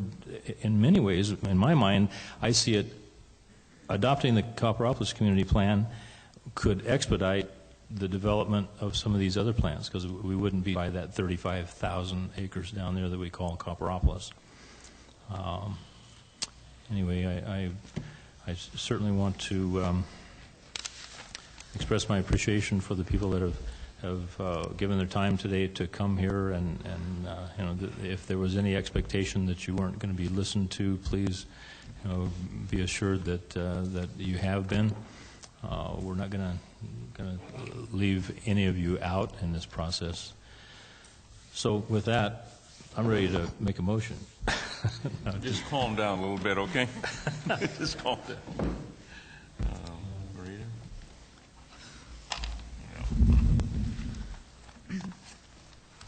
The highest priority has to be the general plan.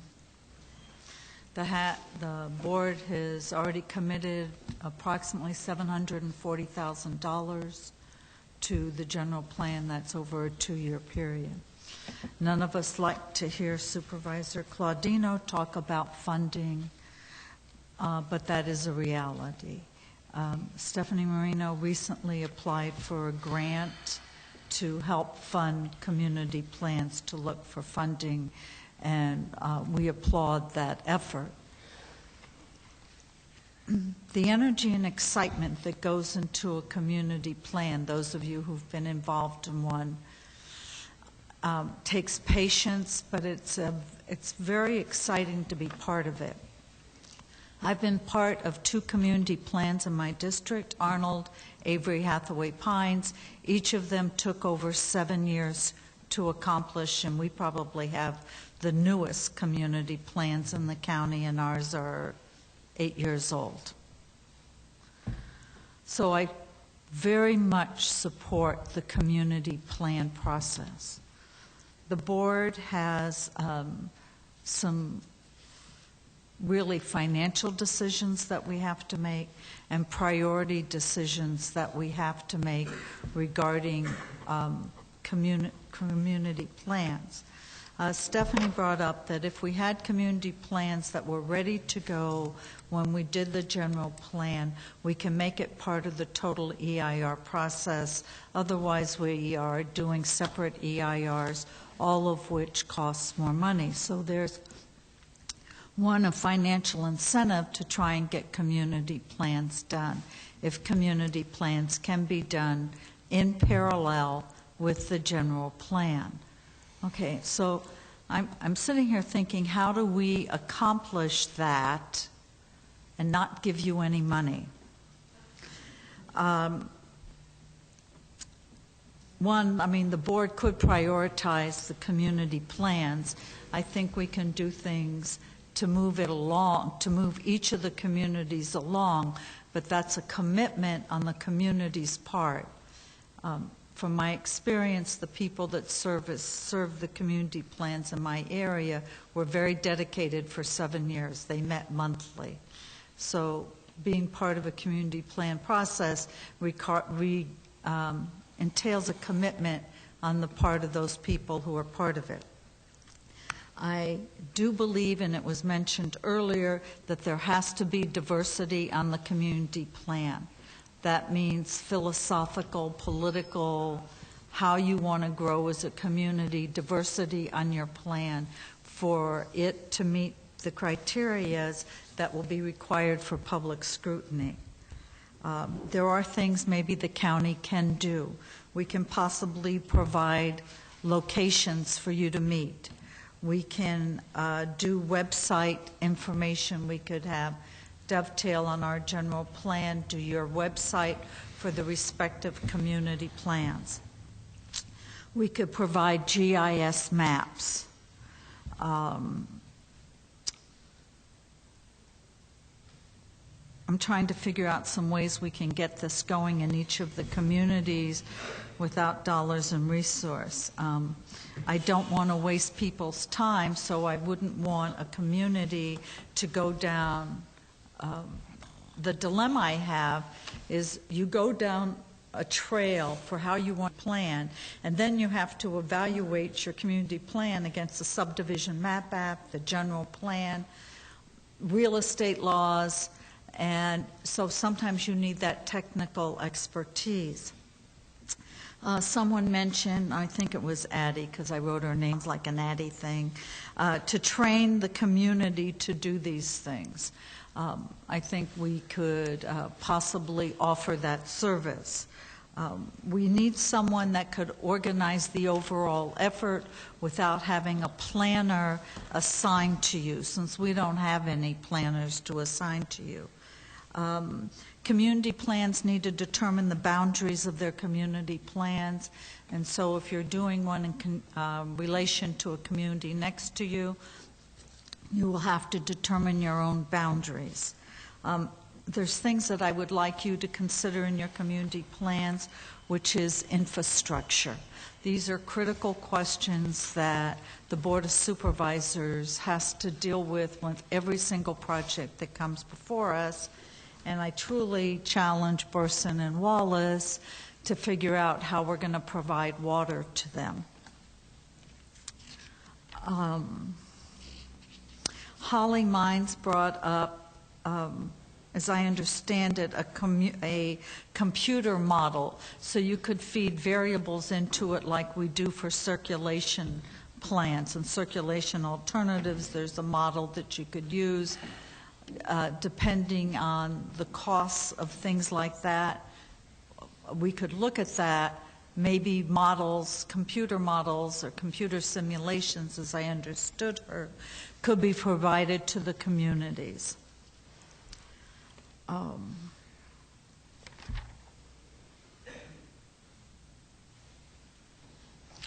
I will take up Julia's Casil's idea of letting her do the cultural resource element with Judith at no cost to the county.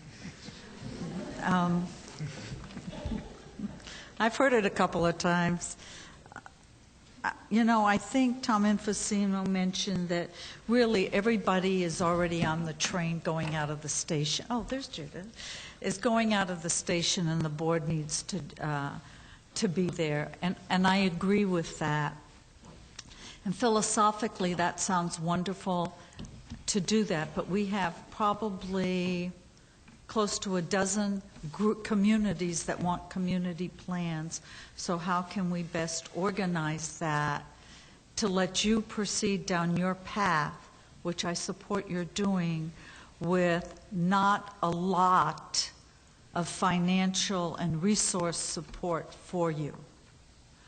And so that's a challenge that I think you can meet. I think the county can provide some help. I've tried to give some ideas on how to do that. But I have to again say that your community plans need to be evaluated against the general plan. And as Pam Taylor said, the general plan has to be the highest priority for the county, and then the subset would be your respective community plan. So I offer or challenge you to join with the board in community development to develop a mechanism to make that happen. So there you go. Thank you very much. Steve?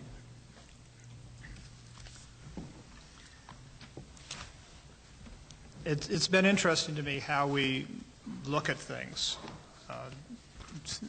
I keep hearing something that I consider a false dichotomy. Do we emphasize a general plan? Do we emphasize community plans? My view is that the community plans are building blocks for the general plan, and that I think that it's for several reasons. Number one, it is true that if you hold general plan meetings, fewer people come. It's amorphous. It's not real evident to people what they would have to say about a place far away. We seem to have several counties here. There's, you got the Ebbets Pass corridor. You've got what's going on down there in Copperopolis. You've got the far hinterlands of District 2. There are a lot of different takes, and that diversity requires us to be able to be responsive and inclusive in each of the sensitivities and sensibilities. I know that people in Sheep Ranch, when Russ talks about going to 40,000 people, are horrified. But I don't think that our sensitivities or sensibilities should dictate to the people of Copperopolis what their land use should be. Nor do I think the reverse should be true. And without a full-throated participatory effort at the local level, I don't see how we're going to put the whole together. So rather than question about what are we going to resource this or are we going to resource that, I think we have to realize that this has to be dealt with as a whole. And the good news is that if you do it that way, that there will be a great deal more energy, more participation, and yes, skills and resources that don't necessarily have to be funded to get something done. And I like Marita's comment toward my good friend Julie over here, who is a world-renowned person of great planning capacity on cultural resources. And to my way of thinking, we need to figure out how to solidify relationships with such people. The talent in this county is extraordinary. Our ability to harness and organize it towards certain ends is questionable. And in my view, it takes leadership. The train may have left the station and we may be the caboose in it, but in my view, we need to, as a board of supervisors, we need to get out and first admit we have a problem, which I think we already did. We studied it. 3 different studies showed that we were structurally challenged, that we were, our documents were, at least to some extent, conflicting with one another, and that's how we got into this conversation. Can we reconcile the language in 30-year-old community plans with our general plan? The answer is no. And does our general plan reflect the desires of specific individual communities? The answer is no. How can we fix that? How can it be legally consistent? It will require work. The problem with all of this is that we keep on stumbling at the starting line. I believe there's enough energy in this county to get these things done, but we have to structure it. The structure, in my view, needs to take a look at 4 situations at the community level. And I'll read them off here. I've been writing them as we go. One is, I think, unique. A 8-year, nearly finished product. Actually, it's more like 12 years. But a product that is nearly finished, and we should cough it up. People, it's been digested. I don't know what kind of ruminant we are, but in fact, there's a real need to address the Copperopolis situation, and we should commit to that, get it before this board, allow the community to comment on it. If it needs revisions, get that done, and move out the door with it. Secondly, we have a group of community plans that are antiquated, outdated, and inconsistent with the general plan. And I believe that those communities have work to do and that we should if not do it for you, we should at least coordinate, facilitate, and assist where we can. And we should also help you wherever we can to try to find funding. If it's in grants, that's great. If it's in some staff time or volunteer time, that's great. But we need to try to make sure that it's adequately resourced to get the work done. And there should be timetables, and there should be targets. And I hope none of those include 7-year long marches. You know, the Bataan Death March took a lot less time. We shouldn't take this many casualties, have this much argument, and over that amount of time to get things that are essentially can be summed up as what is unique about your town that you would like to preserve or build. What are the sensitivities of your town that are different than the general view of Calaveras? If we devoted ourselves to that, identified it clearly, I don't believe it takes 100 or 200 pages, lengthy legal tomes. I think we can get it done in less than 7, 8, or 12 years. I except maybe in 1 or 2 towns.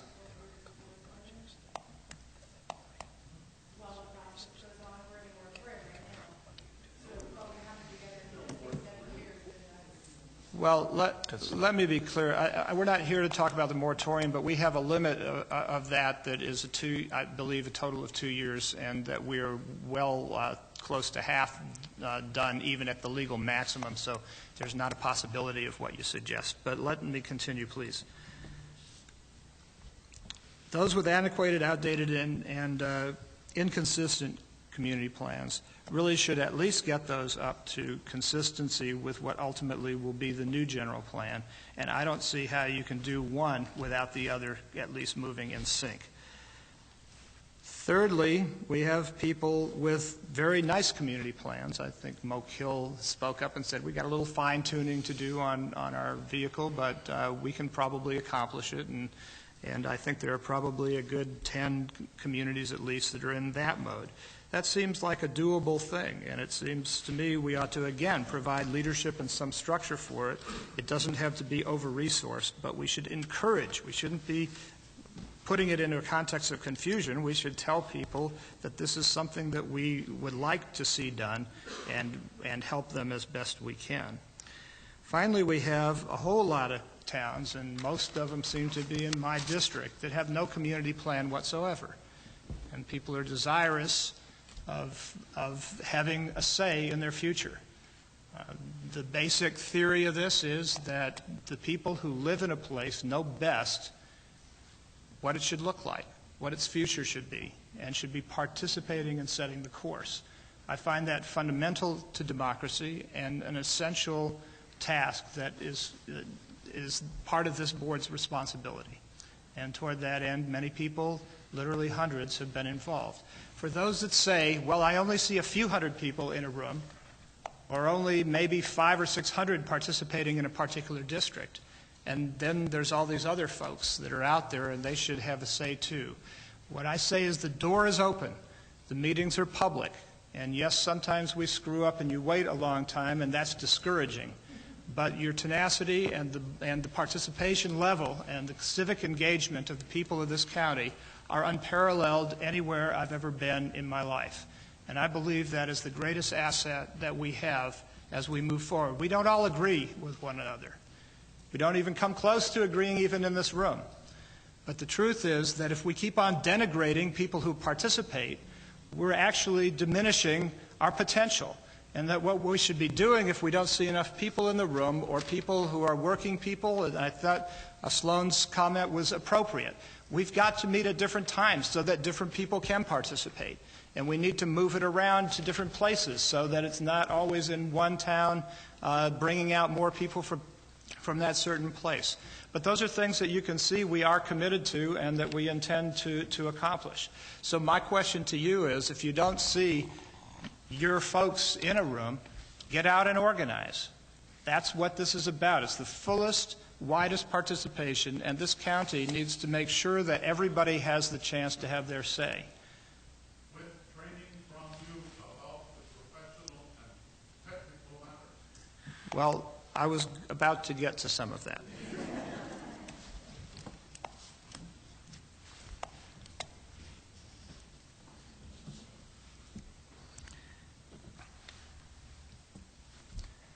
The question, if I'm right, that the skills and the desire and the numbers are out there to accomplish this, there's really only one last piece, and that's the question of how do we, as a county, relate to it.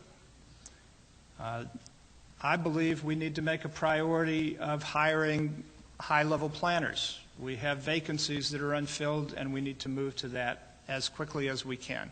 And that may mean incentives. It may mean taking a look at what it is about us that doesn't get applications in from such folks. There's probably a lot to that, but we need to analyze it, and we need to correct that problem and staff up fully.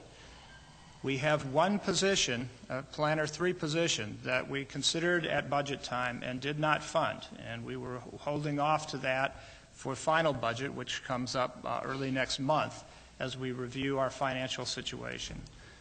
That position was to be devoted, as I recall, to working on community plans, and I'll be corrected if I'm wrong on this, but it seems to me that it's that position that's pivotal. We have a general plan coordinator. Will we have a staff person to assist and facilitate and give technical aid to the people who are devoting their time to community planning?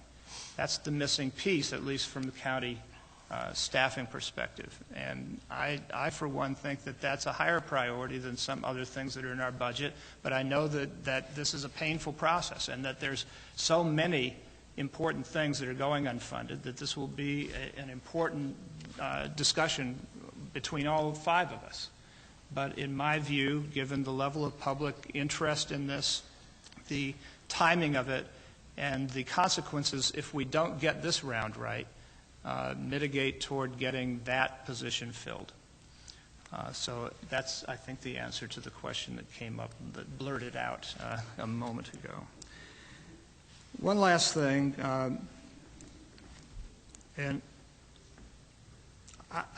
there's been a lot of talk about this independent document versus an integrated thing, and do we bog down the general plan with a whole lot of detail if we put community plans in there?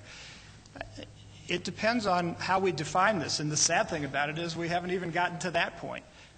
Again, what I would say is, what is unique and special about your town that you want to see put into a document? And is that a big, lengthy tome? No. Can we integrate, like so many other counties have done, the community components into their general plan? I would hope that would be the direction we'd take. There's two main reasons for that. One is that I don't want to see us take a few up front, leave the rest to ex post facto consideration after a general plan is adopted, and then wind up having to either pay enormous EIR costs when we can't do it consistently with the rest of the general plan work. Our costs will be so overwhelming that we'll never get them done. So the timing has to be consistent. We have to do these things concurrently, and we have to not get so fancy with our dancing that it takes forever and at 10 times the cost. So efficiencies in that require us to do these things concurrently. Finally, nature loves a vacuum, and so do planning processes. If we don't proceed this way, what we invite is a level of conflict and mayhem that will be ultimately much more costly than if we hired a Planner 3 and got to work on these things. Okay. Thomas.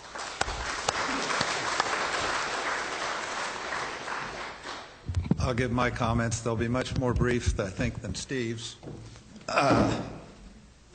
But I think there's been a lot of disingenuous sort of comments made, and I think Steve's are much that way also. But let me commence by just giving an overview. I've been involved in the planning issues in Calaveras County for almost 3 decades now. I was elected to the board in '84. I was on the Calaveras County Planning Commission prior thereto. And I think I was on it for around 3 or 4 years. So I'm coming up on 30 years of this, and it's always sort of enjoyable to come to a meeting like this, because one of the things that will always, I've never since '81 heard something different that comes out of a meeting such as this, is that, geez, we really like our communities the way they are.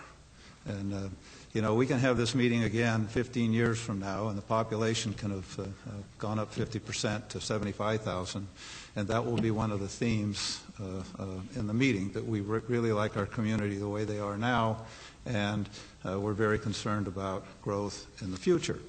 And quite frankly, if the board had listened to all those comments since I've been on the board of the Planning Commission, there's probably a great majority of you who would not be here today.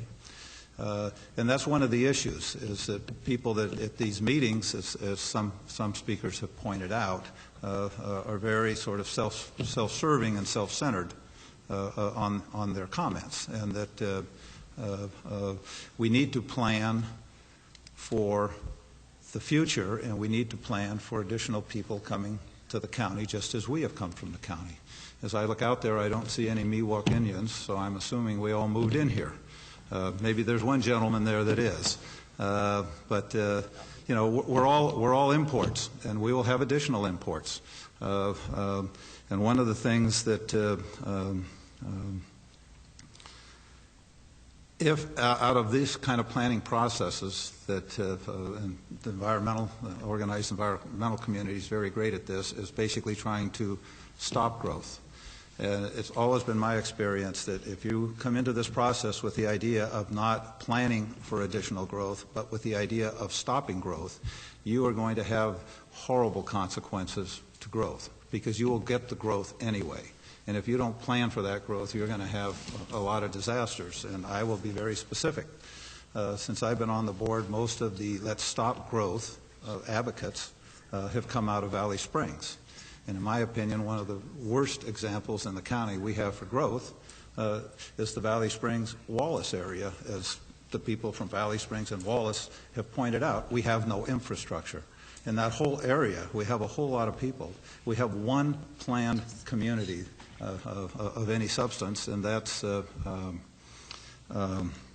me with the golf course there. La Contenta. La Contenta. La Contenta. La Contenta is the only development in that whole end of the county that has any real planning behind it. And one of the reasons we have so many problems down there is because there's always been sort of an organized group that's always basically tried to stop growth instead of planning for growth. And we'd better figure out that we had better plan for growth, that there's going to be additional growth, that you folks have all moved in here. My folks moved in here from someplace. You know, I'm back in the county after having left for a considerable period of time, and others are going to come, and it's our obligation to plan for that and to make some sense out of that. Another one of the comments before I get into the essence of what we're talking about, which are community plans, is this idea that people love to put forward, and it was put forward today, it was put forward in the Copper Community Plan, that we want population caps. Well, you can't plan around population caps. I mean, you can't come to the year 2000, May 1st, 2010 at noon and say, I'm not going to issue another building permit because we've reached our population cap. And it's just not going to happen. I don't even think it's legal. So, you know, you can just sort of forget the idea that we get to just put a population cap on. That's like when Jerry Brown was governor and we had the Club of Rome, and they would divide the known natural resources by the current use, and they would say on May 10th at 12 noon in 2020, we're going to run out of coal, or we're going to run out of this, or we're going to run out of that. That makes no sense at all. And if we try to plan that way, we're just going to have a disaster. So don't plan around population caps that you can just come to a date specific and just never issue another building permit, because that's not going to happen. The other thing that needs to be emphasized in this process is that general plans, community plans, everything that goes into them, they're working documents. Only one person that spoke today talked about the plans as working documents. We did 2 zone changes today. The state allows us to make general plan amendments quarterly, so generally every quarter or every 3 months. Therefore, we do general plan amendments, et cetera. This is not going to be in stone. This is not, and a lot of times when we meet in the communities or we have a controversial zone change or community plan change or general plan change, people will stand up and say, we're betraying the public trust because this is the constitution of planning or of growth, and we're violating the Constitution, and we have violated the general trust because we're allowing this general plan or zone change to go through. Well, that's not true. It's a working document. It will be changed. We're not putting something in stone here. In fact, probably on the meeting we adopted, I suspect the following meeting we'll have proposals for zone changes and probably even general plan amendments, because what happens in the process is we'll go through this process and then we'll do an environmental impact report so that we can adopt it. That will take a fair amount of time. It will finally get approved, but once that process starts, the board isn't going to want to entertain any more zoning changes or general plan amendments, because to do so would have to go back and reopen the environmental document to adopt this thing. So, you know, we're going to go 3 or 4 or 5 months without any changes because of the environmental document before we adopt the general plan. Well, during that period of time, people will come in and say, well, geez, I want this change and I want that change, and the board's going to say, no way, we're not reopening the environmental document. My God, it's been umpteen years and umpteen hundreds of thousands of dollars, and we're not going to do it. So they're going to apply for a change. And that's the way the process worked. That's the way it's always worked. That's the way it's set up to work. That's the way it's supposed to work. I think one of the things that gets lost, and a couple of speakers brought it up, and that's the concept of private property rights. And of course, you can compare that to Holly Mines' comments, where basically you don't need any community input and you don't have any concept of property rights. You just have the government decide that some houses should be here and there should be open space, and we want another cluster of houses here, and we want some commercial here, and we want this, irregardless of who owns the property. And it doesn't work that way, and you can't plan that way. You can't just, you know, we do have planned communities in the county, but they were privately planned. You know, Saddle Creek is basically a planned community. And they're even doing commercial within the plan. We have to take what is currently there, and particularly in the community plans. The community plans will basically just recognize what is currently there, and then the question will be how do we accommodate additional growth? It'll be where should the boundaries of the community plan be? The next big issue, and Marita said just about everything I agree with except a couple things, which means Marita's come a long way. But a lot of this, quite frankly, just comes down to infrastructure.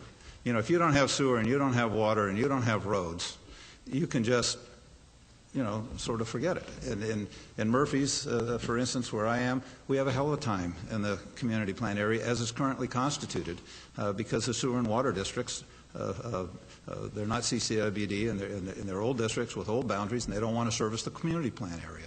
Well, there's hardly any reason to have a dang community plan if you're not going to service it with sewer and water.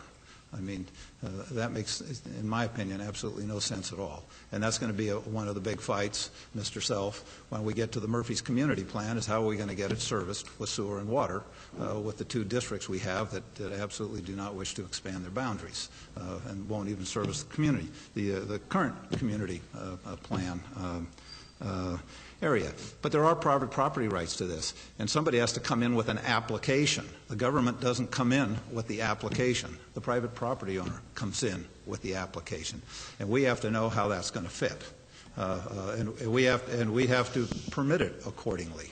You know, the government doesn't come in and apply for a four-lot split or a commercial building permit or a residential building permit. The government doesn't do that. The private party does that. And we have to know how to respond to that, and we have to have a plan that can accommodate the infrastructure needs, including circulation, that will take care of that future growth. And then let me get back to what's the issue at hand, because I think it's really just ingenuous some of the comments that were given here. I am, quite frankly, interested, in spite of the feelings of some, in community input into the general plan process and the community plan process. I am not at all interested in having the community plans tied in with the general plan process, with the exception of the three that the board, including myself, committed to earlier, which was the Copper Community Plan, a Valley Springs Community Plan, and a West Point Community Plan. Now, when the board did that, it said if these things become controversial, if this is a 7-year process or anything like that, and the general plan is going to be a 1.5 or 2-year process, then we're going to drop these and we're going to approve the general plan and they will proceed independent, because we're not going to hold up the general plan for individual community plans. I hope the board still holds, frankly, to that position, that we need to get the community plan done. We need to get it done as timely as possible, and the community plans should not hold up the general plan process. And quite frankly, when we get into the community plans, my expectation would be there's going to be a lot more controversy within the communities over the community plan than there will be over the general plan, because that's quite frankly where probably a majority of our citizens live, or in the community plan areas, and they're going to be more controversial with a lot more input and a lot more emotion, quite frankly, than the general plan process itself will be. Okay, so let me get into my reasons then for the separation.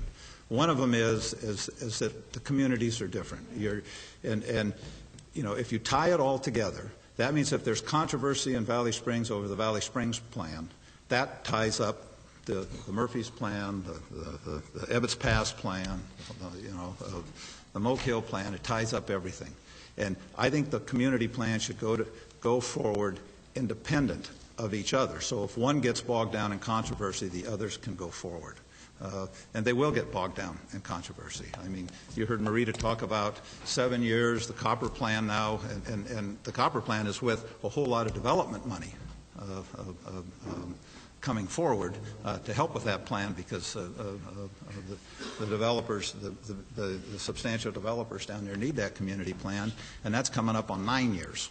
So, you know, this is not a simple process, and if you think it's a simple process, you're wrong.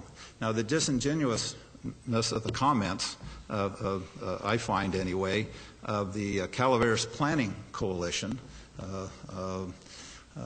is that they very much want the community plans to be part of the general plan. Now, why do they want that? It's not because of community input. It's because they want control of the process. And they can control the whole process of the environmental community.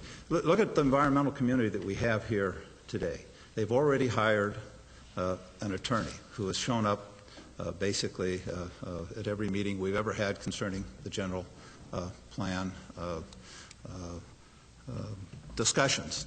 They want it all together because they because they will be one of the controlling special interest groups, and they're already organized and they're already in place, and they basically, if it's all together, then they basically can either stop the plan and stop everything at one time because they're not broken apart, or they can control significantly the outcome. So you're basically going to have this planning coalition that's basically going to be, to a significant extent, controlling the Arnold Community Plan or the Murphy's Community Plan, et cetera, and they're not going to be the citizens of Murphy's or the citizens of Arnold.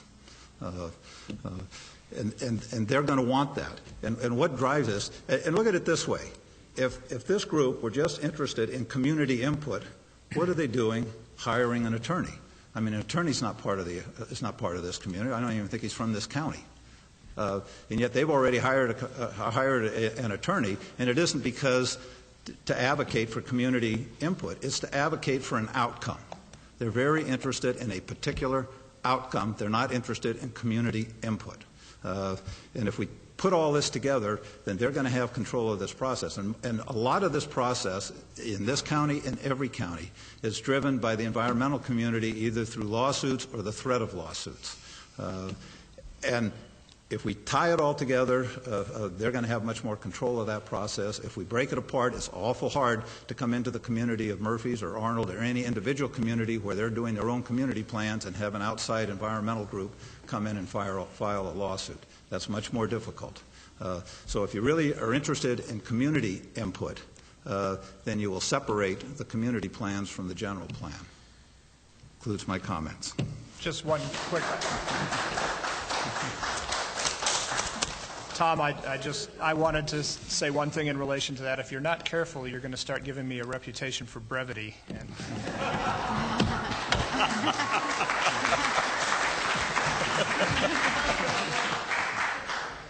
okay. I thought it was demagoguery. Okay. Well, I'll tell you what, I can't outdo any of that, folks. So brevity will be my byword. To my comments, there have been a lot of folks here today that I agree with on the board and from the public. And as you can see, it takes these meetings to put everything in a pot and start simmering it and see what we get boiled down to or distilled to.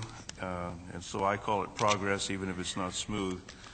For me, the purpose of this meeting is to try to give the Community Development Agency some direction, because everyone's on their case, so to speak, about what are you doing, what are you doing? Well, what they're doing is waiting for direction from this board.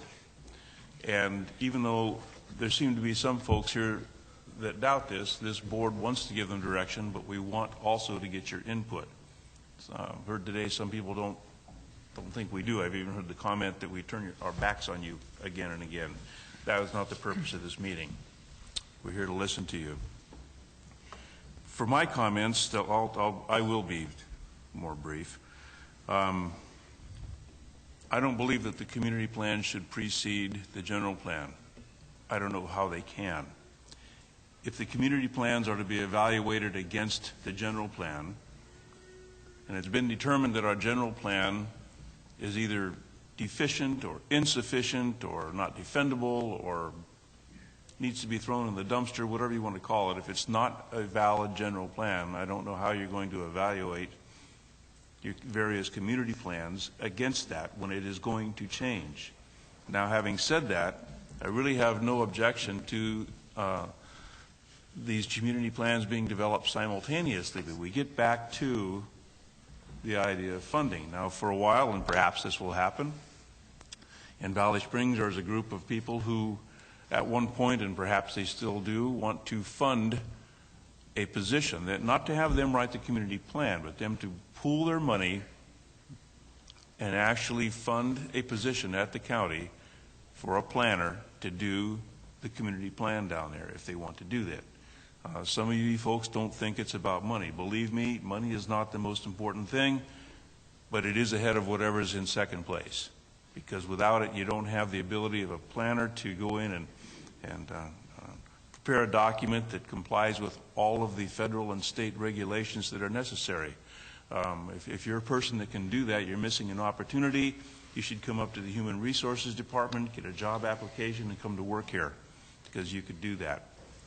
For a long time now, we have had correct me if I'm wrong, Stephanie, but we've had an opening at the planning department for someone to do long-range planning, even from before when Stephanie came to work there. It's never happened. Once we filled that person was immediately drawn into doing current projects.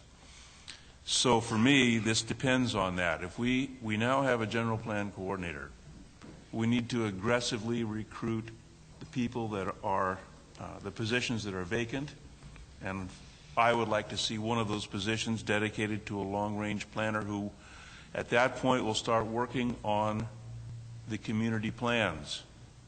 And the order here may still be up in the air a little bit, but if I remember correctly, we have them in the order of Copperopolis, Valley Springs, San Andreas, and West Point. These are long and arduous tasks. You can't just, I mean, I apologize for this analogy, but it's the same thing, folks. You can't take this 5-gallon bucket and pour all that water into a narrow-necked 5-gallon jar. It's not going to work. It'll go all over the place. It'll go everywhere but in the jar. You have to take these things one step at a time, but the general plan has been called the blueprint or the constitution for land use in the county. It's the boss. It has to be there before you can evaluate other plans against it. It's just so simple that I don't know quite how I can explain it any better. Maria's suggestions are good with the providing information to these various community groups so you can get ready. You can do your visioning. You can get your maps. You can have your community groups decide what you want where. When the time comes for your community plan to be worked on by a professional in the planning department that is dedicated to doing the community plan for your community. I don't see how this can work any other way.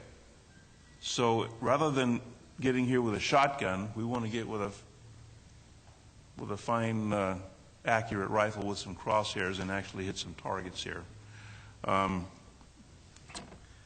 see.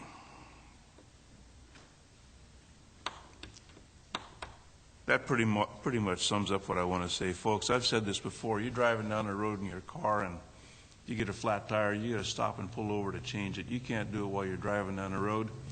The Community Development Agency is still overwhelmed with projects. We need people dedicated to the general plan update, and then we need people dedicated to these community plans.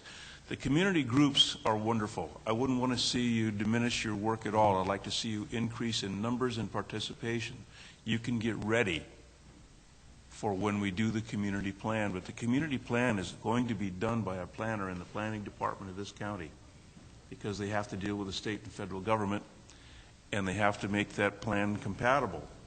So getting back to the issue, I said I'd be brief, and I am. What we want to do here today is to try to give direction to the Community Development Agency so they can quit getting beat up for not doing anything. So the board needs to decide about the timing here. And for my money, the general plan has the priority.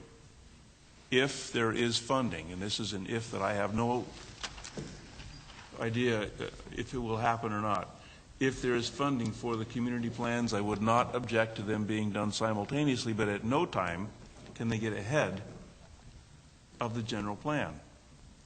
And when the funding becomes available, I would like to see the order remain with Copperopolis, Valley Springs, San Andreas, and West Point.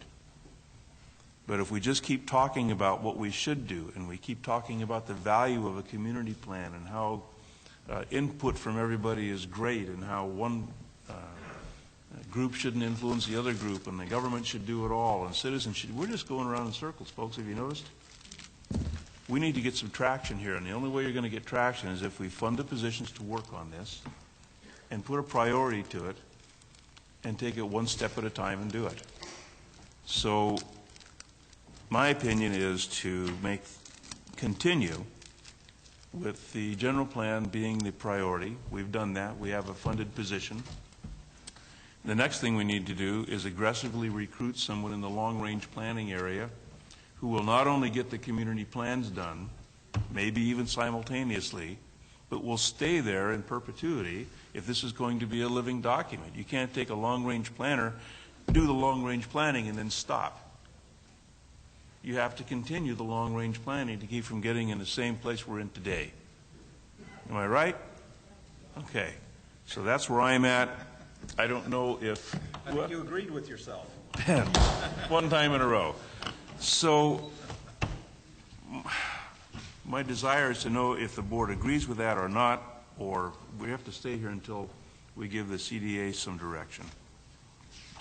I guess I'll go back to where I am. I think we all agree we want community plans. I believe we can do some things in parallel, and the funding issue aside.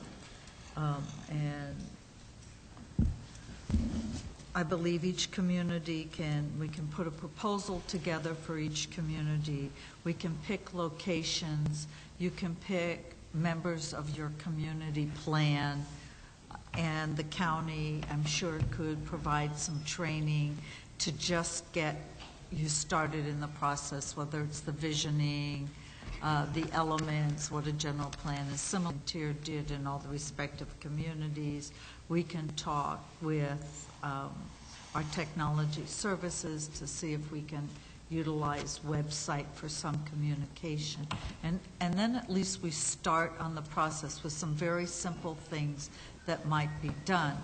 The board members who have communities that want community plans need to be challenged to make sure that there's philosophical diversity on your community plans. So when they're evaluated, when they go through the environmental impact analysis, environmental review, which they have to, then you know where or how you'll be challenged. Your challenge would be to see if you could complete at least the essence of your community plan at the same time the general plan is going.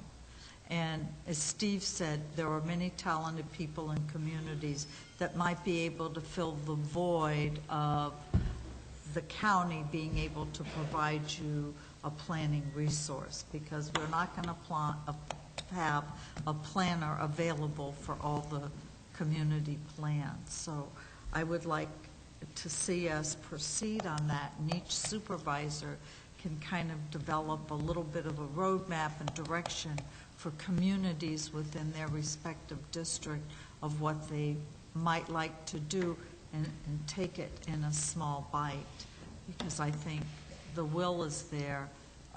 Let's just try and keep some momentum that's very workable.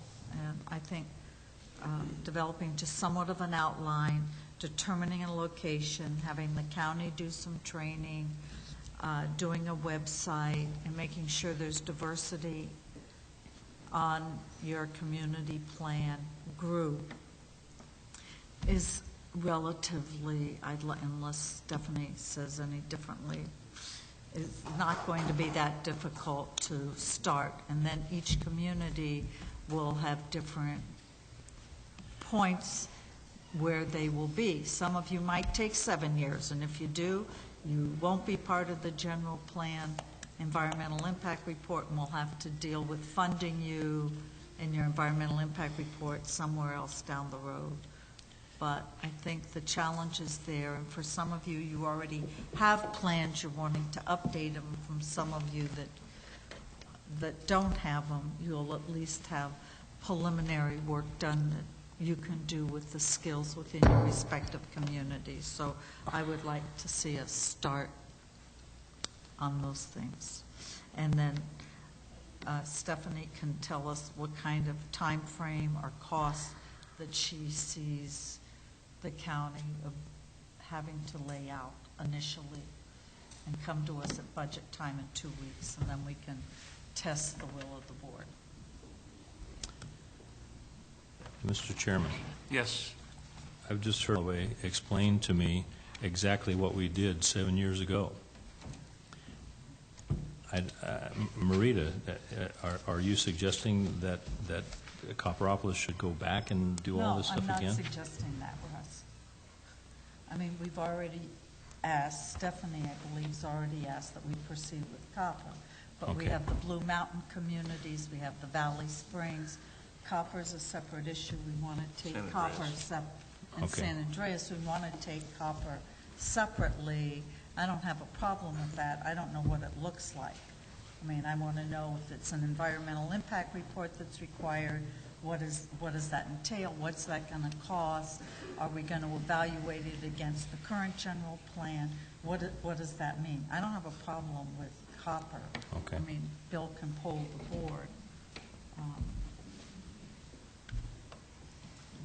Well, my original comment or question, the board agrees with the priority for the community plans whenever they get done. It's Copper, Valley Springs, San Andreas, and West Point.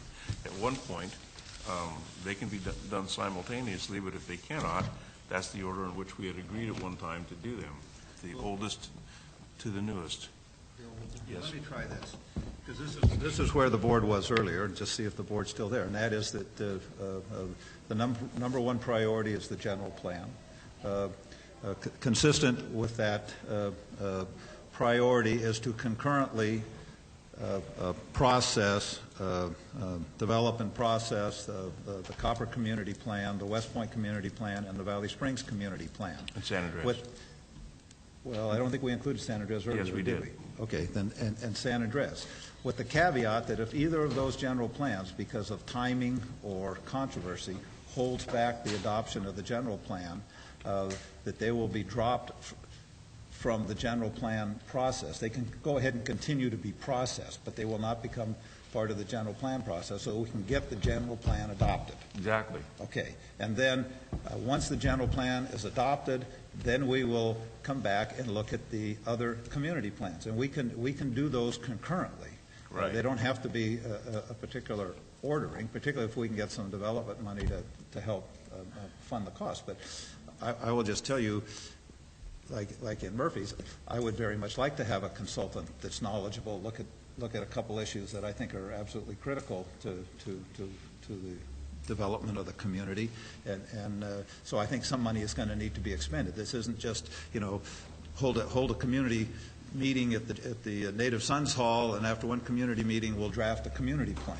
And then how it's going to work, we're not going to get anything out of it. So we're going to have to address some real significant issues in the Murphy's area, but it's going to require money. And the question then becomes the source of the money and what other community plans, what do we estimate they're going to cost. We may need to prioritize them, we may not, depending on the funding sources available, whether it be grants or development money or whatever.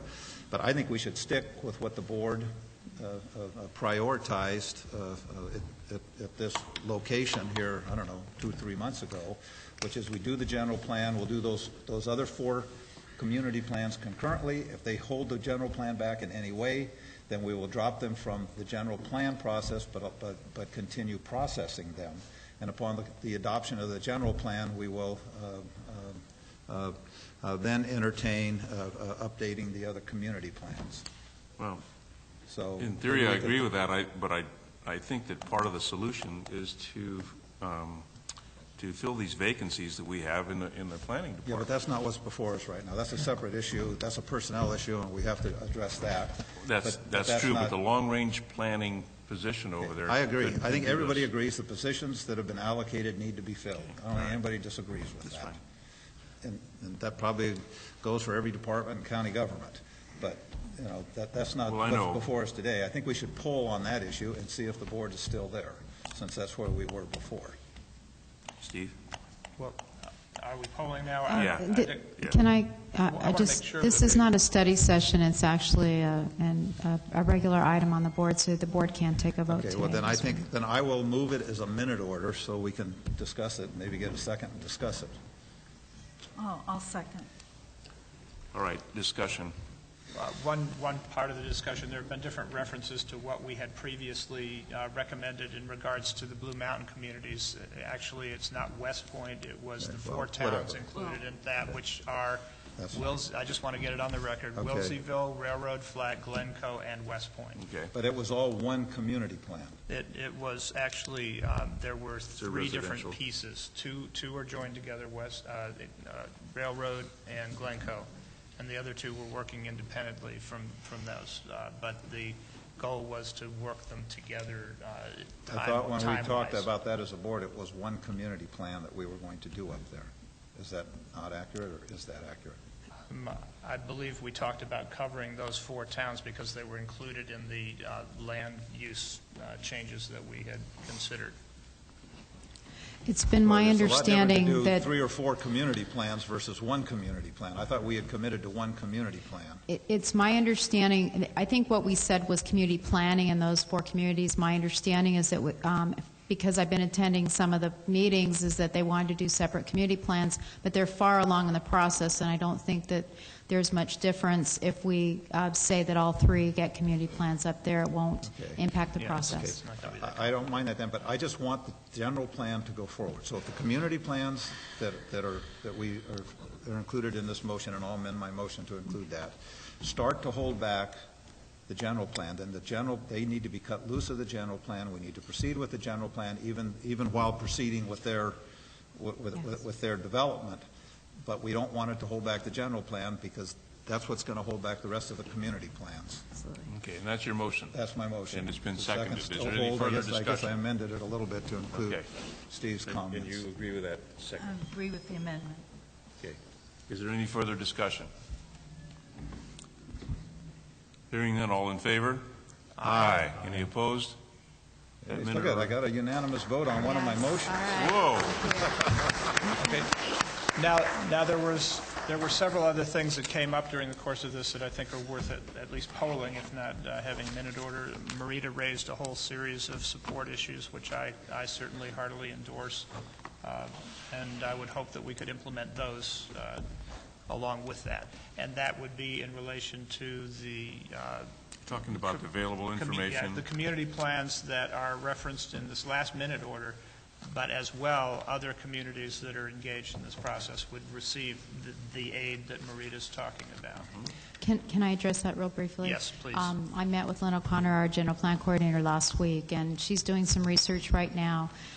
She's working with the libraries to put educational books in each of the county libraries. We're going to be purchasing them for them and placing them, and Maury's going to work with us on making sure there's adequate circulation. We are going to be looking at updating our website so that we can provide more of an educational information updates on it, and we've loaded several of the community plans. We will get the rest of them loaded very shortly, so people can download those off of our website. I've also asked her to check with the UC Davis Cooperative Extension to see if they could provide community facilitation training to volunteers who could then help facilitate some of the community meetings. So we are researching some of those ideas, trying to get them in place, just so that the people, the anticipation was that the people would be able to continue on their own if nothing moved forward with us. There were two other things that have come up that are important, that are on the board agendas for the next couple of meetings. The first one has to do with recruiting for the Planner 3 positions and incentives related to that. That will be coming back to the board, I believe, next week. Yeah. Secondly, there will be a budget process in which we will be considering the issue of hiring a third Planner 3 that would be devoted to community planning. Those are two things that we will not be taking action on today, but we should be mindful of upcoming and be responsive to the things that came up today in relation to those. Okay. Thank you all for coming. Appreciate your input. Look forward to our next meeting.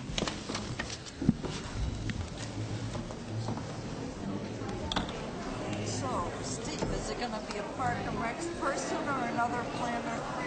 It's going to be. Is it going to be pay raises, or is it going to be? I know when it comes to for me. Yeah. I've said what it is for me.